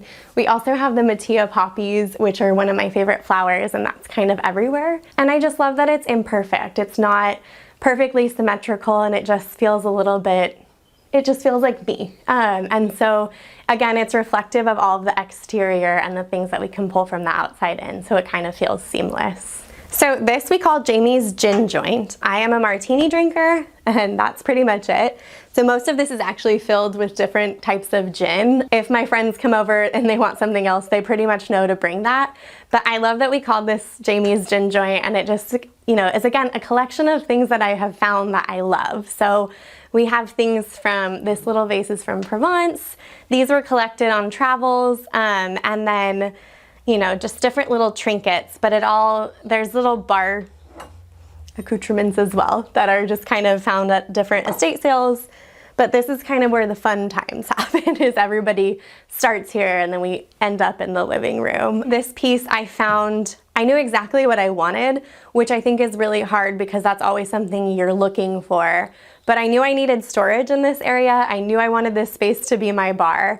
And I actually found this piece in Atlanta that literally fit side to side perfectly. And I found somebody who would ship it for really cheap. But this piece is like perfect for here. Everything can be stored securely in here. And we grab for it all the time. I would say every Friday at 5 is where happy hour happens. And so that's Jamie's gin joint. So the table I actually found at Round Top, and that was one of the first pieces I bought because I didn't have a table for this space and it fit perfectly. And I love kind of the vintage feel of it. I love the wood grain in it. And then these chairs I actually found at a sidewalk sale. I got 4 for $100. And what I did was I recovered them in this kind of slip-covered scallop with a pattern cushion, which I love to do. I kind of love finding different pieces and utilizing it to make it my own. So, and I have people who have tried to buy these off of me, and I always want to change things, but I really am attached to these chairs. So for now, they'll stay here. But they're very comfortable and they're very cute, and they just kind of pull this space together. I'd like to say that my favorite colors are a muddied down version of green, blue, and yellow. And so I got all of that in this fabric. This is kind of, when you look at it, this room was all white a couple of months ago. I really knew I wanted the mural, so I painted it. And what I did was I painted the built-in, which is original. I painted it a green so that it made everything pop. When it was white, everything kind of got lost in it. So when I painted it green, you could just see some of my collected cups and mugs and patterns popped a little bit more. This chandelier popped, and I love how it kind of incorporates like a dainty floral look without being too floral, and just made this whole room kind of come together. I have every intention of painting these shades. Kind of, again, I like to make things my own. I don't want it to look like it's store-bought. That's a big part of what we're trying to do at Jay-Z Interiors, and so maybe this summer I will paint those and you'll see how they look. So I love to host. I would say, again, this is kind of where we host in the winter, and it's kind of smaller and more intimate. In the summer, you'll see the outside is so beautiful that we love to host out there. This is a lot of lunches. I have a couple of clients where I'll actually pull everything out here and we'll have client meetings here, just because it's so pretty. But this is definitely a more intimate just because of the tiny space. But the kitchen is so close by that it makes it really, really easy. I also love to do just a lot of charcuterie here and wine. And again, if anybody wants a martini, this is kind of where we do it before maybe we go walk down to town or something. I don't actually start out thinking I want a lot of antiques. I think that's just how I am because I like the patina of it and I also like the quality of things. For me, I went through several iterations of how this room would look before I landed on this, and I think once I found the mural artist and saw his work and kind of what we could create together, everything kind of started coming together, from the colors. And again, when the light hits this room in the afternoon, it's so pretty, which kind of goes back to that mirror that I want in my living room, is I want it to be reflective of that.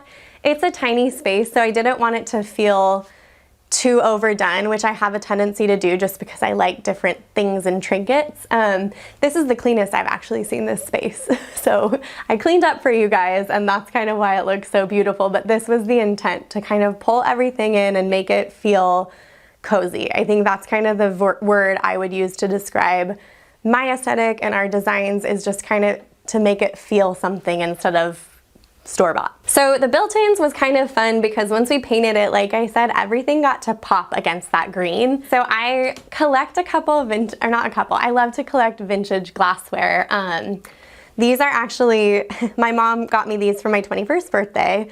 They're 1950s shot glasses with the seahorses on them, which are just darling, and they've made it this far. There's other things in here that I love to showcase, is just vintage glassware.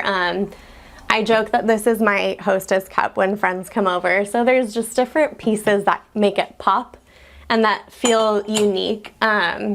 These are actually from the Ivy. I get I get 1 to 2 pieces for my birthday every year, which is really special. And I love that they finally kind of stand out against something. And then just, again, I move things around for what feels right. We host with these all the time. Different antique pieces, different artwork that kind of evokes that feeling of a memory. When I moved into this house, there was actually no hardware on any of this, which was so funny to me. But I found these pieces that sat in a box for about a year. They're from England, they're Devol, and they just made the whole space feel so much cuter and pulled together, and I just love the way they look, and they've aged over time. I'm gonna take us into the kitchen now.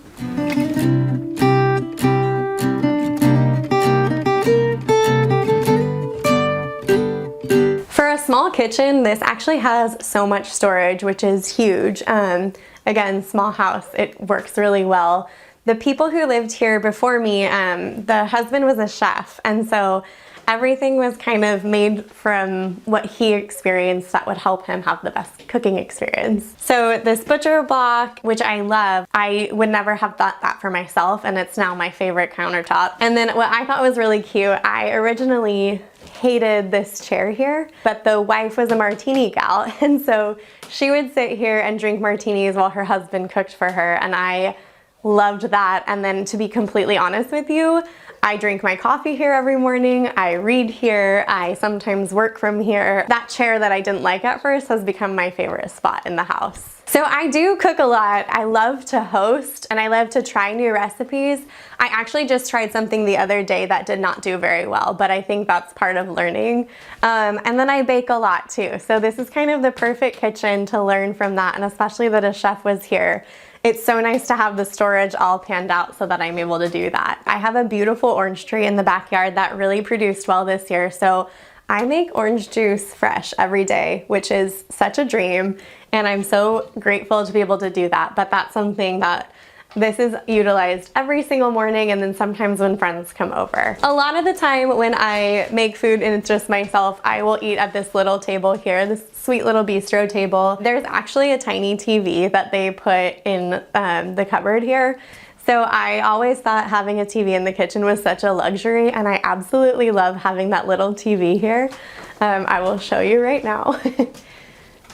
But sometimes I just hole up back here, and I just think it's the sweetest little thing. And then the other thing that they were so great about with storage in here, my washer and dryer is in here, which is just, again, you wouldn't know it's there. Sometimes I really do wish I had a laundry room, but for a tiny space, they did a great job with storage. So I found this rug in Round Top, and I just fell in love with the color. I actually bought it before I even lived in this house.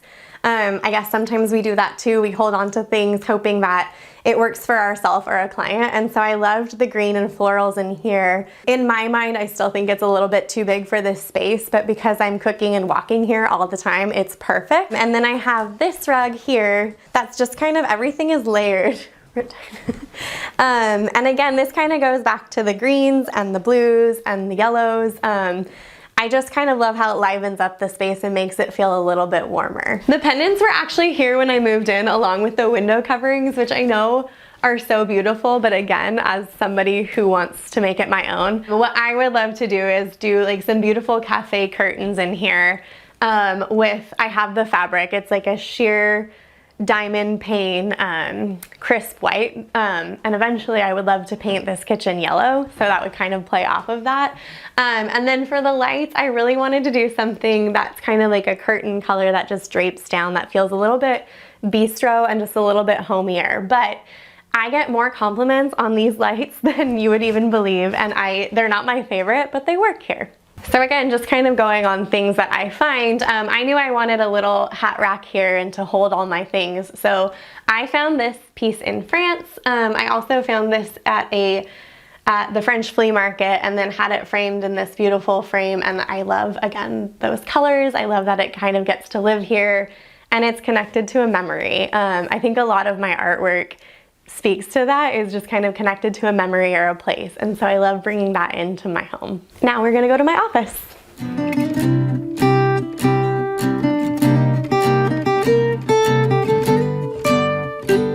Now we are in my office, and I'm gonna be very honest with you, this is the cleanest I have ever seen my office.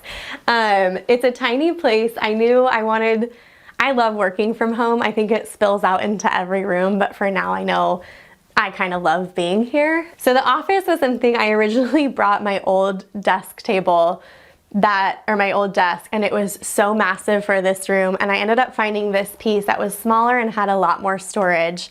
And I absolutely love this desk. It's so beautiful and it's perfect. I just hosted a retreat with a friend of mine in England and couldn't bring myself to get rid of the garland yet. So that's why this is up here on my hat wall. But this is kind of where I work. This is where everything happens, unless I'm on my sofa or unless I'm at the dining room table. But I actually have a 4-foot monitor that is so ugly, but it helps me be super productive, that I've hidden for you guys today. And this is kind of where I work. And I have 2 people who I work with who are virtual, who live in different places. So it's great to kind of have my space here. This is a vintage hat and coat rack that I had seen. I found this from Chateau Sonoma, and she has it all over her house, and I just loved it so much, and I bought it, and it's great. When I moved into this house, this was the only wall that it fit on, because the walls are really small here. And I kind of love that it turned out this way. I have light skin and light eyes, so the sun is not my friend, but I'm always outside being so close to the beach. I love being in the water. I love being in the garden, so I need some sort of hat. So this is kind of where the hat wall came about. I got this one last year in Telluride at a bluegrass festival, where I got to make my own cowgirl hat, which is very fun.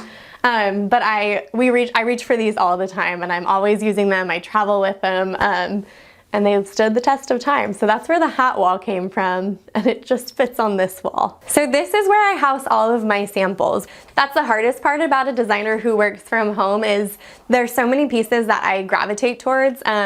And then I'm always changing out to give clients the best options, but this is kind of where my favorites have landed. So this is something I always start here when we start working on a project, and then I'll gravitate towards other things.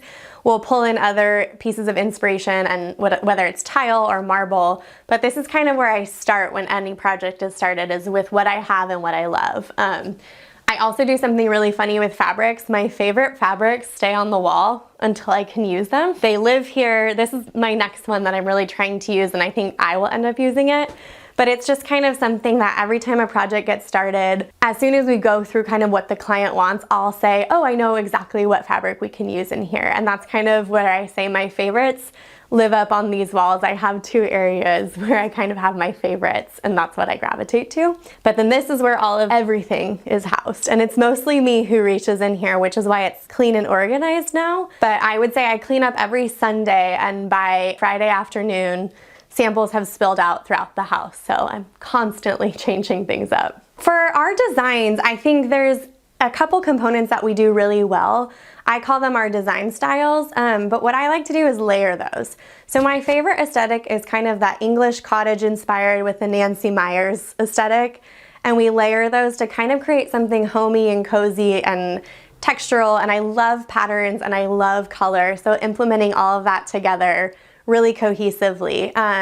But we do things too where, you know, I love the Spanish revival, and being in Southern California, you see so many beautiful Spanish style homes.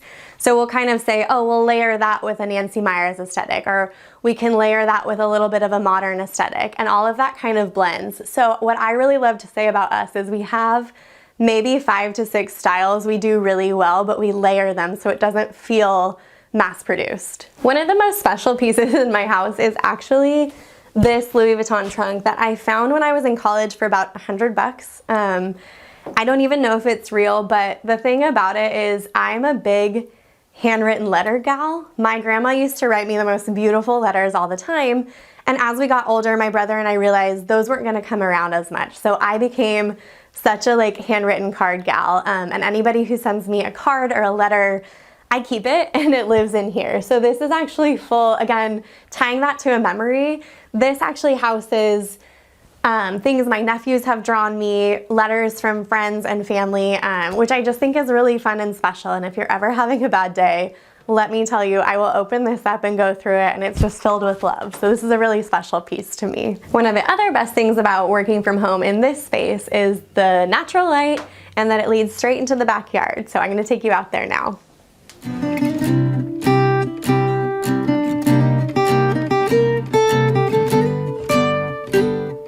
So the backyard is what I think is the best part of the house. And being that this is my office in the summertime, I do work here all the time.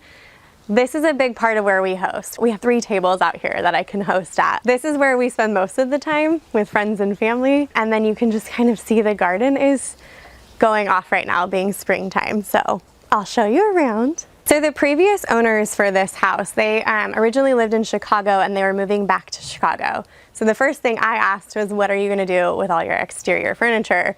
Because it's great. And they ended up giving it to me, which is such a dream because the space is so beautiful and so huge. But I was able to incorporate all of this. I inherited all of this with the house, which has just made hosting such a dream. This table is my favorite part. It's kind of this vintage antique piece, solid oak, so it gets protected in the winter, but it's really fun to host dinner parties out here on this table. We have the whole setup back here with the barbecue and my gardening tools. So this is kind of where all the cooking happens. We set up out here. Food is usually splayed across this, or I try my hand at gardening on this table. So it's been super functional and super fun to use, and I'm just so lucky. So I would say I'm a gardening novice, but it was always something I wanted to do. I just didn't have the space for it. So when I came here, they had done such a beautiful job with the yard that I knew I needed to keep it alive. And it was really fun to try something different. And I think there's something to be said about trying new things and seeing what doesn't work. So I actually have an herb garden I'll show you in a minute. And then I loved being able to kind of plant things I love. So I love the pops of color. I love right now the little spray roses in the front that come up to life. There's lavender, we have morning glory. I have the hydrangeas, which are coming back around too. It's been kind of fun to learn that. All of my grandparents were in the garden all the time. So one of my grandfathers had tomatoes, and it has made all of us tomato snobs. So I'm really trying hard to make sure I can do tomatoes this year because it didn't work for me last year. And then my grandmother, June, had such beautiful hydrangeas and roses. And so that's something that's kind of been fun and kind of a, again, a memory that I get to kind of bring to life and watch it happen. And then anything that doesn't work, I'm like, okay, why? What did I do wrong and what do I do next time? So it's kind of been this learn as you go sort of thing. But this year is kind of fun because so much of it survived and I'm so proud and so excited. But any Saturday afternoon, I'm usually out back here making sure everything is taken care of. These are my tomatoes that are starting to come in. These are black beauties and I'm so excited to see them popping up. And then this is my herb garden, which is starting to really take off. It has been so much fun to just come back here and grab things from the garden as I cook and as I host, and again, try my hand at different things. So we have a ton of stuff back here. My zucchini was doing really well, and then I think I was overzealous and it's not doing so great right now. But I come back here, I'm doing fresh salads every day for lunch. And again, kind of going on what works and what doesn't. I realized last week that the crows were eating all of my dill, which I put in my salads every day, and I was so upset. So now I have this little algae to scare them off, and it has worked. And the dill is starting to slowly grow back. So it's all about trial and error with this. So we're about 2.5 blocks away from the ocean, which is another dream in and of itself. So right now we have kind of this May gray, June gloom, where everything's really gray. This was a really great year for rain, so everything is thriving. But that's kind of what helps everything grow. Where I used to live, everything was in like a raised garden bed, but it would get beat by summer heat. And so because we're by the water and you get that ocean breeze, it's been really fun and a lot easier to keep things alive. The other thing, I have this lemon tree which is taking off, which I love to be able to grab lemons from for everything. And then the roses are really starting to bloom. I love just all of the colors. I think sometimes people around this area really just want one color for aesthetics, and I just love all the color infused in different areas. And then the best part is this orange tree, which really produced this year. And we have the last bits of it right now, but that's where I make the fresh orange juice every morning. It's from these oranges, and I do orange olive oil cakes all the time for family and friends.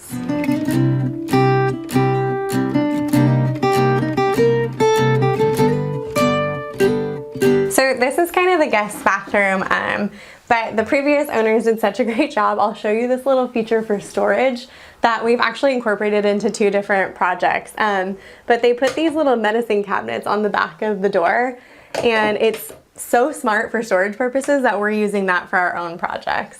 These are not original. The bathroom has been a little bit redone. I have my own idea of how I want to redo it one day, but what I loved is just how classic it is. This looks like an old, everybody thinks it's the original flooring. It's not, but it looks like it is. And I think that's what I want for this house, is for everything to feel organic and feel like it's part of the old house. And now I'm going to take you into my bedroom.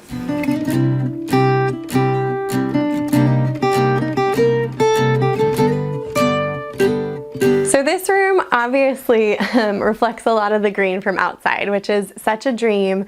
Having those windows, again, the open windows, I get to hear the birds. I actually wanted a water feature for the front of this, but my neighbors have one, so I get to listen to their water feature for free, and it's so wonderful. But I wanted a kind of calm space in here, and so I incorporated little pops of green, the stripes, kind of this floral. This was a chair that was already here. I just had it recovered kind of so it felt more me. I mean, it's so peaceful when you're here and you get to look out to this. It's a dream come true. This was actually my aunt's dresser, and I love how it fits this space so perfectly. When I got it, I didn't actually have space for it at the time, and I held on to it because I knew it was just so beautiful. And so I'm so lucky that I get to use this and have something pretty to look at all the time. This is another pressed floral that I found in France. I bought this with every intent to sell it to a client and ultimately couldn't part with it. Still cannot commit to hanging it on a wall. I don't know if I want it to live here or if I want it to live above the bed. I move it around a little bit as everything, but I just love how patinaed it looks and weathered, and I just love it. So one of the things, especially in this house, but I always kind of want to reflect in projects, is bringing the outside in. I'm very intentional with that in designs for my clients, and especially for myself in this room. Because there's so much greenery outside, because there's so many florals, I wanted that to feel the same in here without feeling like I was outside, or without feeling like it was competing with the outside. So I brought in this beautiful fabric and kind of incorporated that in. It reflects all of the greens outside. There's so many variants of green outside that I love that I get to bring it in a little bit. And then I was due for some new bedding and found this piece at a local shop and absolutely love how it turned out. Of course, I have to add a pop of yellow to everything, so that's where this came in. But again, I kind of think that mesh of pattern and that mesh of the mix of florals kind of with that easy linen, kind of makes that like easygoing, kind of like that California feel meets an English cottage. It all feels very layered and just kind of cute and quintessential cottagey. As I mentioned, I just got back from England. A friend of mine and I hosted a retreat out there, and one of the things we got to do was host a workshop with Tess Newell, who I've been a long time fan of, so it was a dream come true, and we actually painted these lampshades with her. So I just got mine a couple of days ago, and I'm so excited about it. I think it pulls in the greens and yellows with a pop of pink perfectly, and it's just kind of, again, tied to a memory, something custom, something that I got to do, and it just kind of, it feels unique, and it's one of my favorite pieces in the house, but I'm gonna say that about everything. So when I moved into this house and I eventually painted it, I was really intentional on the paint color. So I wanted kind of a warmer white with that contrasting trim, because we don't have casings like this anymore. And this is the original hardware and the hinges as well. So I really wanted it to pop. Everything was all white in here, which looked beautiful, but I wanted it to kind of feel a little bit more elevated. And so I chose this kind of bone color, which has a green undertone, which is reflective of the green outside. But now everything gets to pop, and I get more compliments, and people notice the hardware more than they did before.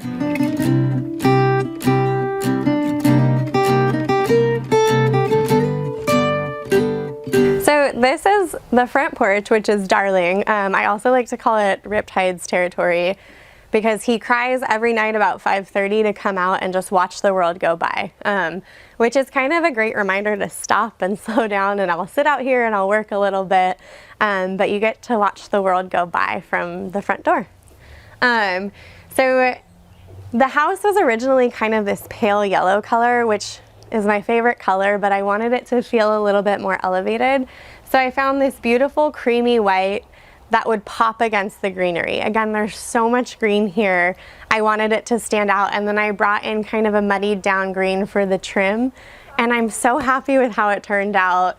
And then I kind of added different brass features, different places. So these were kind of the first thing I knew I wanted when I painted everything. They're also from England, and I just think they fit this space super well. And then the other thing that is really fun is this mailbox feature was actually part of the house, but it was just like kind of an open slot. And I found this lettere sign in Rome, and I bought it, and it literally fits perfectly. So I had that installed, and nobody actually gives me mail through this anymore, but I love that it's here, and it just kind of pops against the colors. So we come out here, I think again in the summertime, everything is so much more fun, and I love being outdoors. So I'm out here all the time with friends. We'll do a glass of wine out here and just kind of sit, and the sun sets really beautifully here, and it's so cozy and warm. The swing is also a huge feature. People love to sit on that. We don't have enough swings outside, so that's been a really fun feature. So I actually had the house painted a couple of months ago at the end of summer. I did James White by Farrow & Ball on the exterior of the home, and then Embassy Green by Benjamin Moore on the trim of the house. And what's really fun is this was not a custom door, but the green matches perfectly for this screen, which is really great for all of the bugs that I don't want to get into my house. I wish you guys could smell what this place looks or smells like right now, because everything is so fragrant. The jasmine is coming in right here. I have hydrangeas that are starting to pop up, they just look so great. Normally, this is my favorite rose bush. It has these the most fragrant yellow roses, which is kind of what we brought into the dining room as that inspiration. They're just budding right now, but everything smells so good out here, and it's the best part of this time of year. I think a home should be reflective of the people who live in it, and a collection of things that they love, and again, a memory. I think we want a collection of memories so we feel something, and we're not just coming home to something that's perfectly styled and void of any character. That's something that I feel so much in my home, and that I really try to encourage our clients to do in their own homes. This is a home full of hosting, so full of friends, full of family, full of people who can just come and show up and sit on your couch in their sweatpants, or people you're hosting dinner parties with. I think it's just something, you want it to be this happy space, and that's something I've really tried to encapsulate in this house. Hey Homeworthy, I'm Avery. Welcome to my Santa Monica Beach bungalow. Come on in.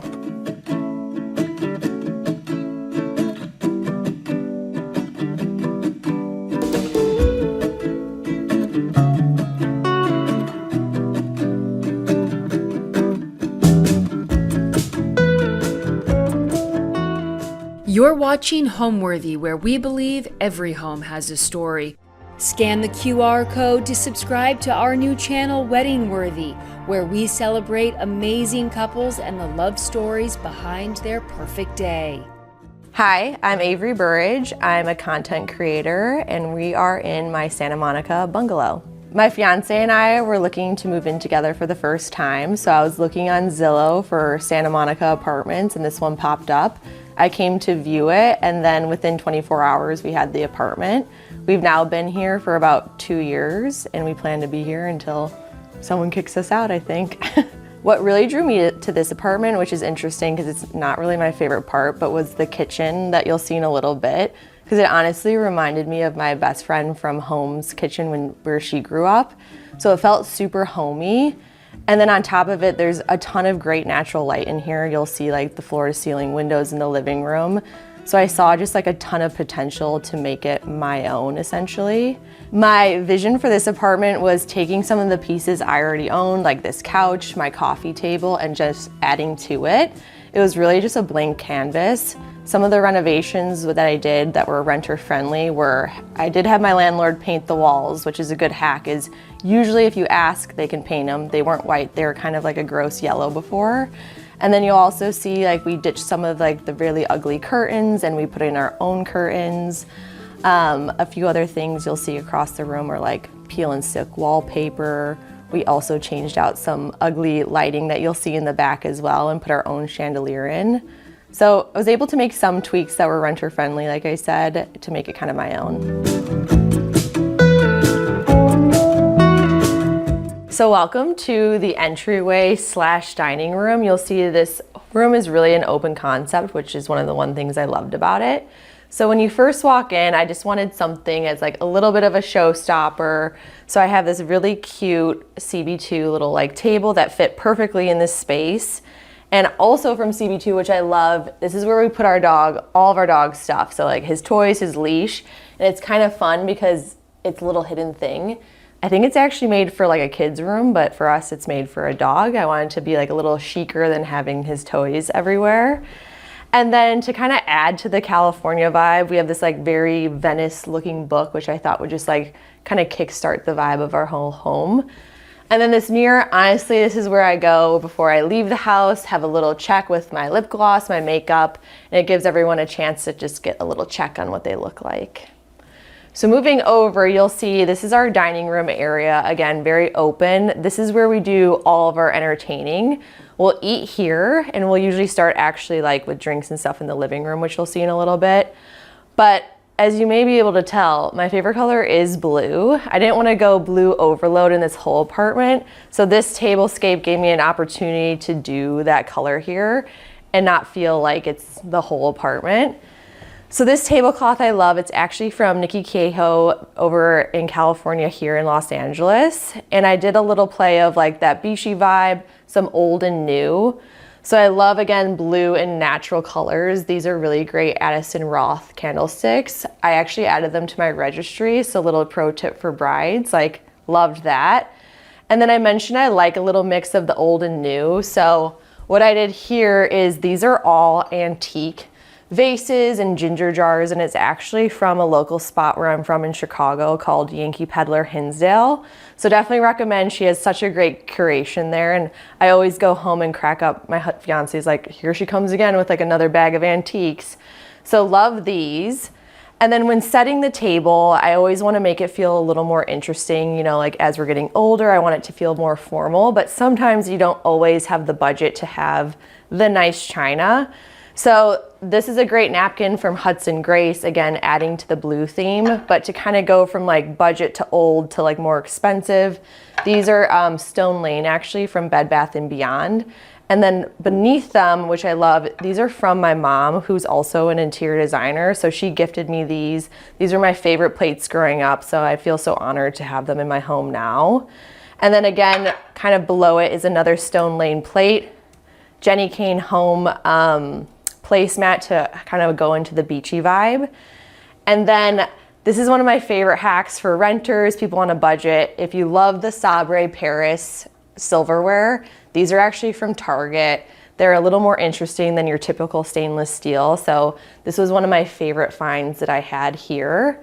And this is kind of like what I would set the table like if we were entertaining, just to kind of like set the scene. We're adults now and have a fun little party vibe. Along with this room, we did some like renter-friendly hacks in here as well.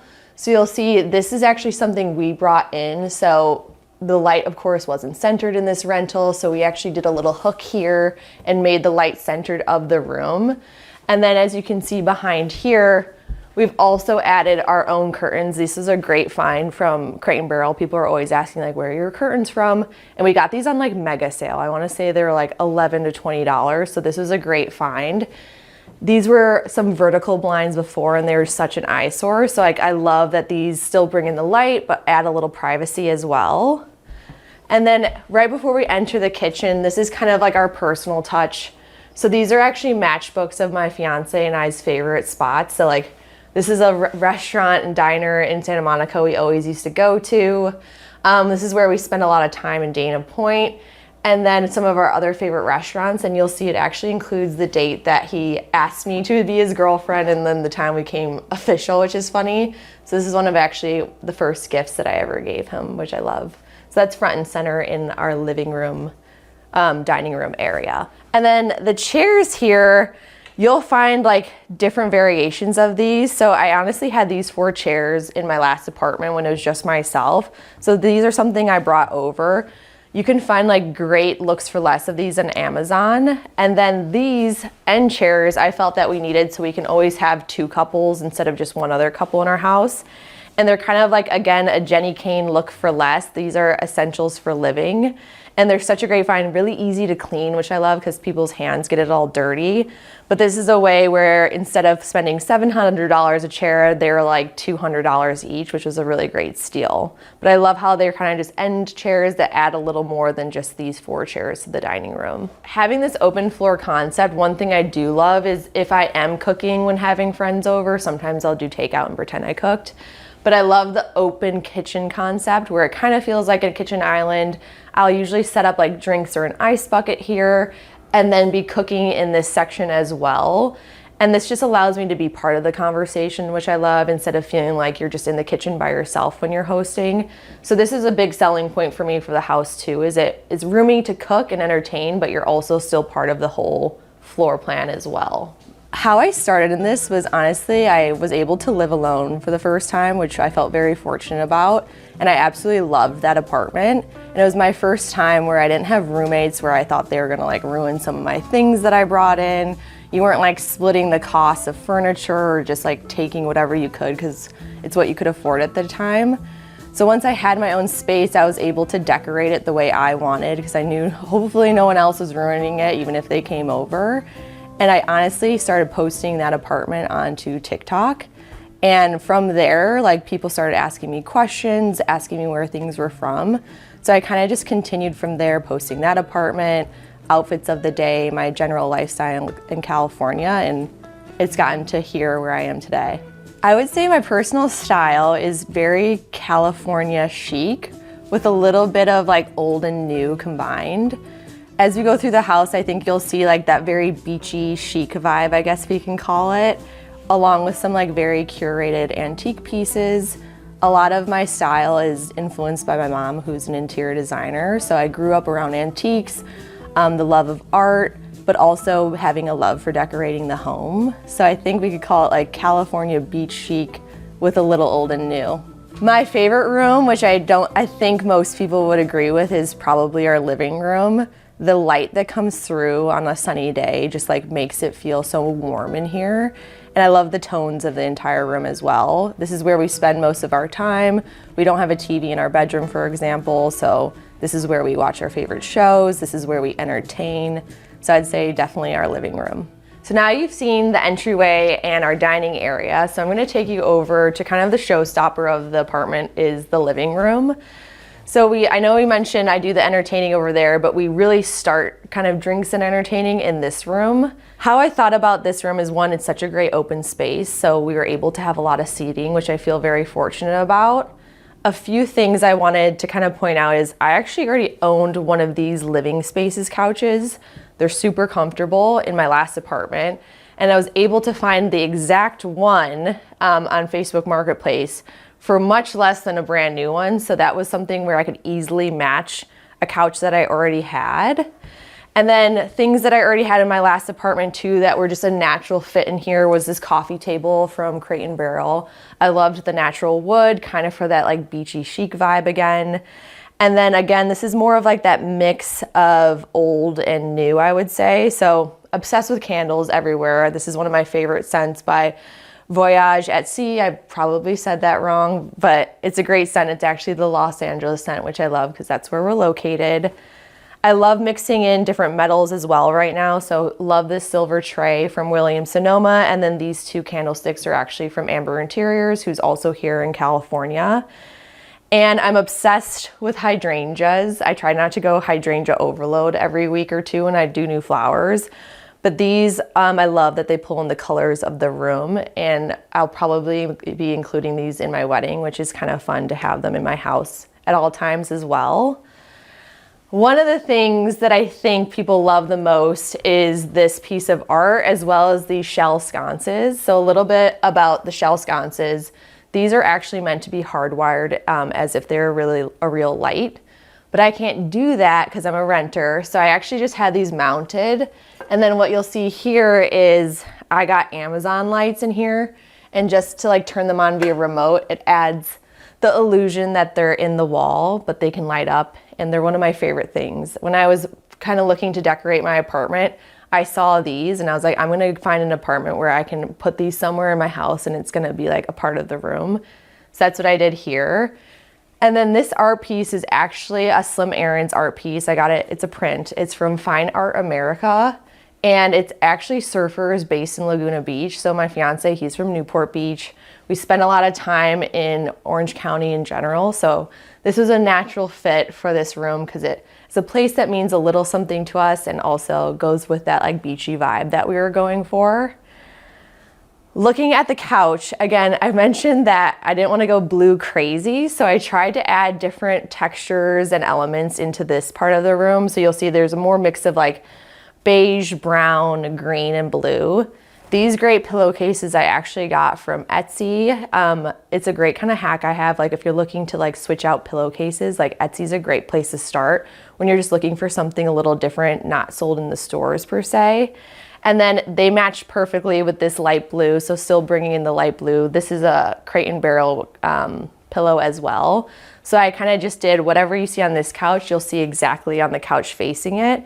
Because the key to comfort is making sure you have comfy pillows from when, one, you're entertaining, but two, we both spend a lot of time on these couches watching our favorite show. One thing I think is funny, like this is my couch and that couch over there is my fiance's couch. And we just sit on our couches and like watch whatever we love. So it's kind of funny that we have our own little couches. Moving over here, so sometimes the TV is quite an eyesore, so I try to make it still fun below, despite that it's just like a big black screen on our wall. So I wanted to add some natural elements with still bringing in that like rattan beachy feel. So this is a great little fern here. And then again, mixing some little bit of old. These two bookends are again from that Yankee Peddler store where I grew up, antique as well, along with this little blue dog. Our puppy used to like bark at him all the time thinking he was a real dog, which is really funny. And then some personal touches of like Nick and I on one of our first like trips, big trips together, and then bringing in those metals again and more lighting here with this little lamp from Williams-Sonoma as well. Another thing that people always ask me about, which I think is so funny, is everyone's like, where did you get these pillows that are underneath your coffee table? And it's actually funny, it came with the living spaces couches as like kind of ends to it, but we just put it here to like, let's say Nick and I are being lazy and we want to eat our meals here at the table, like I'll just sit on one of these poofs. Or now it's become essentially a dog bed for our puppy, which is really nice. So they're really just part of this couch that comes with it, but I didn't want to use it. And then this rug was something before I moved into this house, like I knew I was gonna put this rug in our house. It's from Rush House. And what's really unique about it is each of these squares are like hand woven. So let's say one kind of becomes a little undone or gets messed up, you can actually just buy a square and weave it in yourself. So the rug kind of always feels new if you need to, and it's super easy to do so. So that's one thing I liked. I didn't want it to feel like something that would get super dirty if people wear shoes. And then we have a dog as well, so kind of hides a lot of dirt, I will say. So these two chairs, again, we love to entertain and have friends over. I had one of these chairs in my last apartment, which was great. And lucky for me, Crate and Barrel then again had this chair still in stock. So I just bought this chair, like the second one of it, so we could match. This little table is for like when people are coming over and they want to set their drink down or something, they can do so right here. And I felt like it matched perfectly with the whole look of the room. And then this bar cart, I love. It's been with me since I graduated college. It came from Chicago all the way over to California. So any of my previous roommates would recognize this bar cart because it was like one of my first more expensive purchases. It's from Serena and Lily. It's right now, of course, it's on display of like when we're not entertaining it, just like to look cute. But this is where we come over. We'll grab our champagne to put on ice. This is where we'll get the fancy glasses out for our guests. And I love that. And I also included a little ode to my home of Chicago with these Chicago coasters, Wrigley Field. Go Cubs. I'm a Cubs fan, not a Sox fan. So anyone else there might relate to that. Last but not least is this beautiful plant. So it was super happy in this house. It grew like probably another foot after we moved in here. But this was gifted from my mom, actually, and it was something, thankfully, I've been able to keep alive for at least 2.5 years. I was a little nervous, but the natural sun that comes into this living room, I think, makes that plant and us super happy. And then one thing I'll also point out, similar to our dining room, we put the same curtains over here. So we had the really ugly vertical curtains that you might have seen like in one of your previous apartments or apartments in general. We got these again on mega sale at Crate and Barrel. Just had a TaskRabbit put this rod in for us, and it changed the room honestly and made it look much more fancy than it is. And it still gives you that privacy at night, which of course we need because these are huge windows and the other building can always look in very easily. So what has really inspired me to be interested in making a home and decorating is definitely my mom. She is an interior designer, so she really taught me and probably my siblings everything we know about making a home feel like I said, a home. So I'd say she's definitely been my inspiration in this apartment as well as like my love for decorating in general. I love entertaining. I honestly wish we did more, but we do entertain a lot. We like to have either dinner parties or we will do game nights as well with my fiance and another couple. And it was important for me to be a space where both me and my fiance love to come to, but it's something that I was proud to bring friends over to as well, where they could feel cozy and at home while we're like eating takeout or cooking them a nice dinner. Within the living room, we also have my office, because again, super open concept. This desk has been with me for quite some time too. It's actually CB2.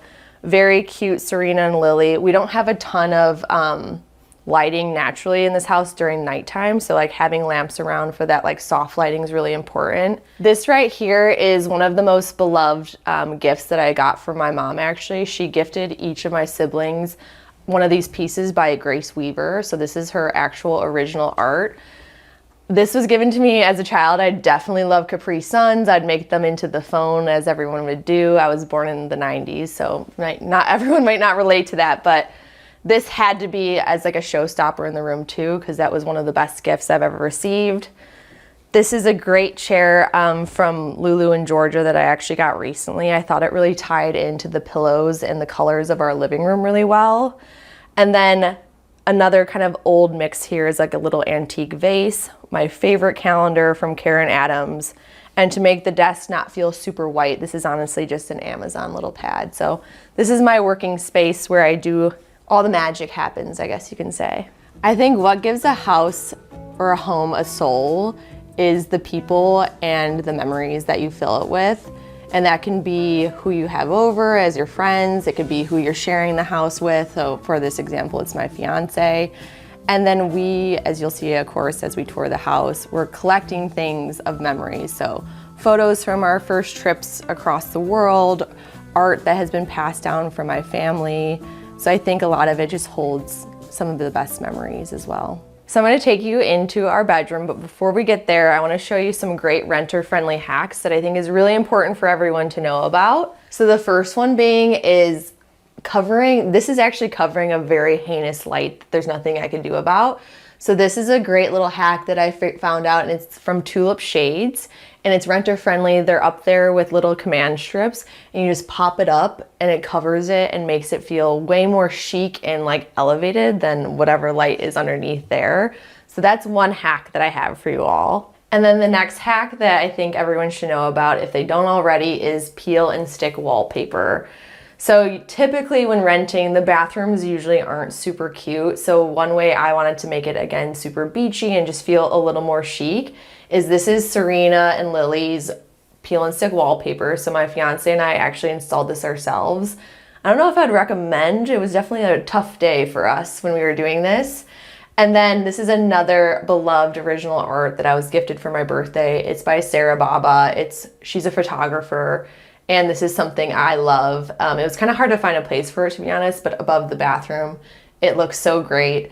And then the only other hack in making a bathroom look a little cuter is just like put above the toilet like a nice candle. We have some of our favorite matchbooks from our travels, and it just adds a little element to the bathroom that I think is just really nice. Before entering our bedroom, you'll see we have some little art decorations. So that's another thing, is I love putting all of our art hung across our apartment.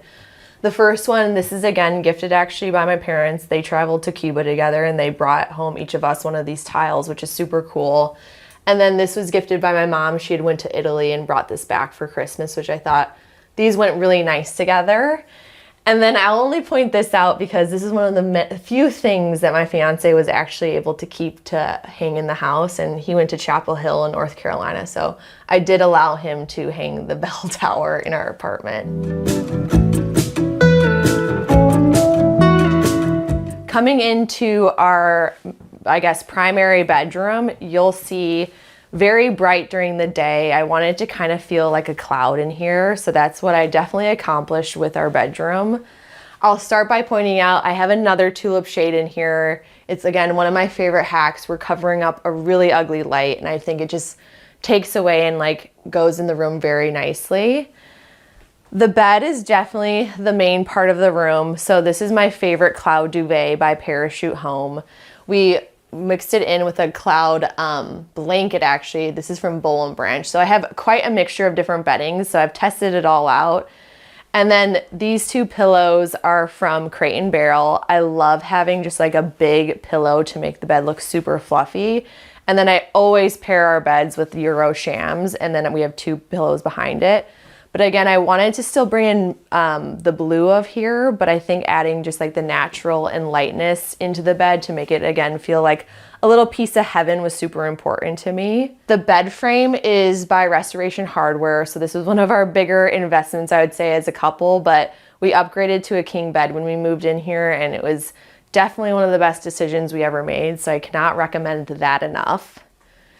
This also, I think, is one of my favorite areas of the house. So we have both sides have these nightstands by Crate & Barrel as well. And then I also saw these two kind of lampshades here from Serena and Lily before I came into the house. So that was something I always wanted to bring in this apartment. They are not hardwired, which is super nice. They actually just plug into the wall, so super renter friendly as well. Had a TaskRabbit hang those up, which was really easy and nice. And this is my side. I don't know if you can tell, but I always like to have fresh flowers. This is actually original art, again, from a friend's store back at home in Chicago. And I always have like a little candle to set the mood. Sometimes I like to do turn down service, like a hotel in our bedroom, and I'll light the candle and take down the bed. But this is my little side. And moving across the room, we have my dresser and kind of like little area, I'd say, to add some more elements here. This dresser's also been with me forever. I've had it since I lived in Chicago. This is from CB2 as well. This is a great natural kind of like beachy vibe as well to go with the lampshades by our bed. This is from Mark and Day. And then this actually is one of our newest pieces. I went to an estate sale. It was Annie Meyers, Nancy Meyers' daughter's estate sale actually. And I couldn't believe that this starburst mirror was actually here. So it's completely vintage. You'll see like It's actually missing a little piece, but I think it adds so much character. Another example of kind of mixing that old and new in here, which I really loved. And then this is just like a little vanity area I have for myself. So this is kind of like my room, but we sleep here, of course, together. So this is Nick's side. We wanted to make it feel still like not super girly, so he has stuff relating to skiing, which he loves. And then one thing I didn't point out in Crate and Barrel side tables were they have actually chargers in here, which I love because it hides chargers from being out in the room. So it takes away from like having to have wires out, which I really loved as well.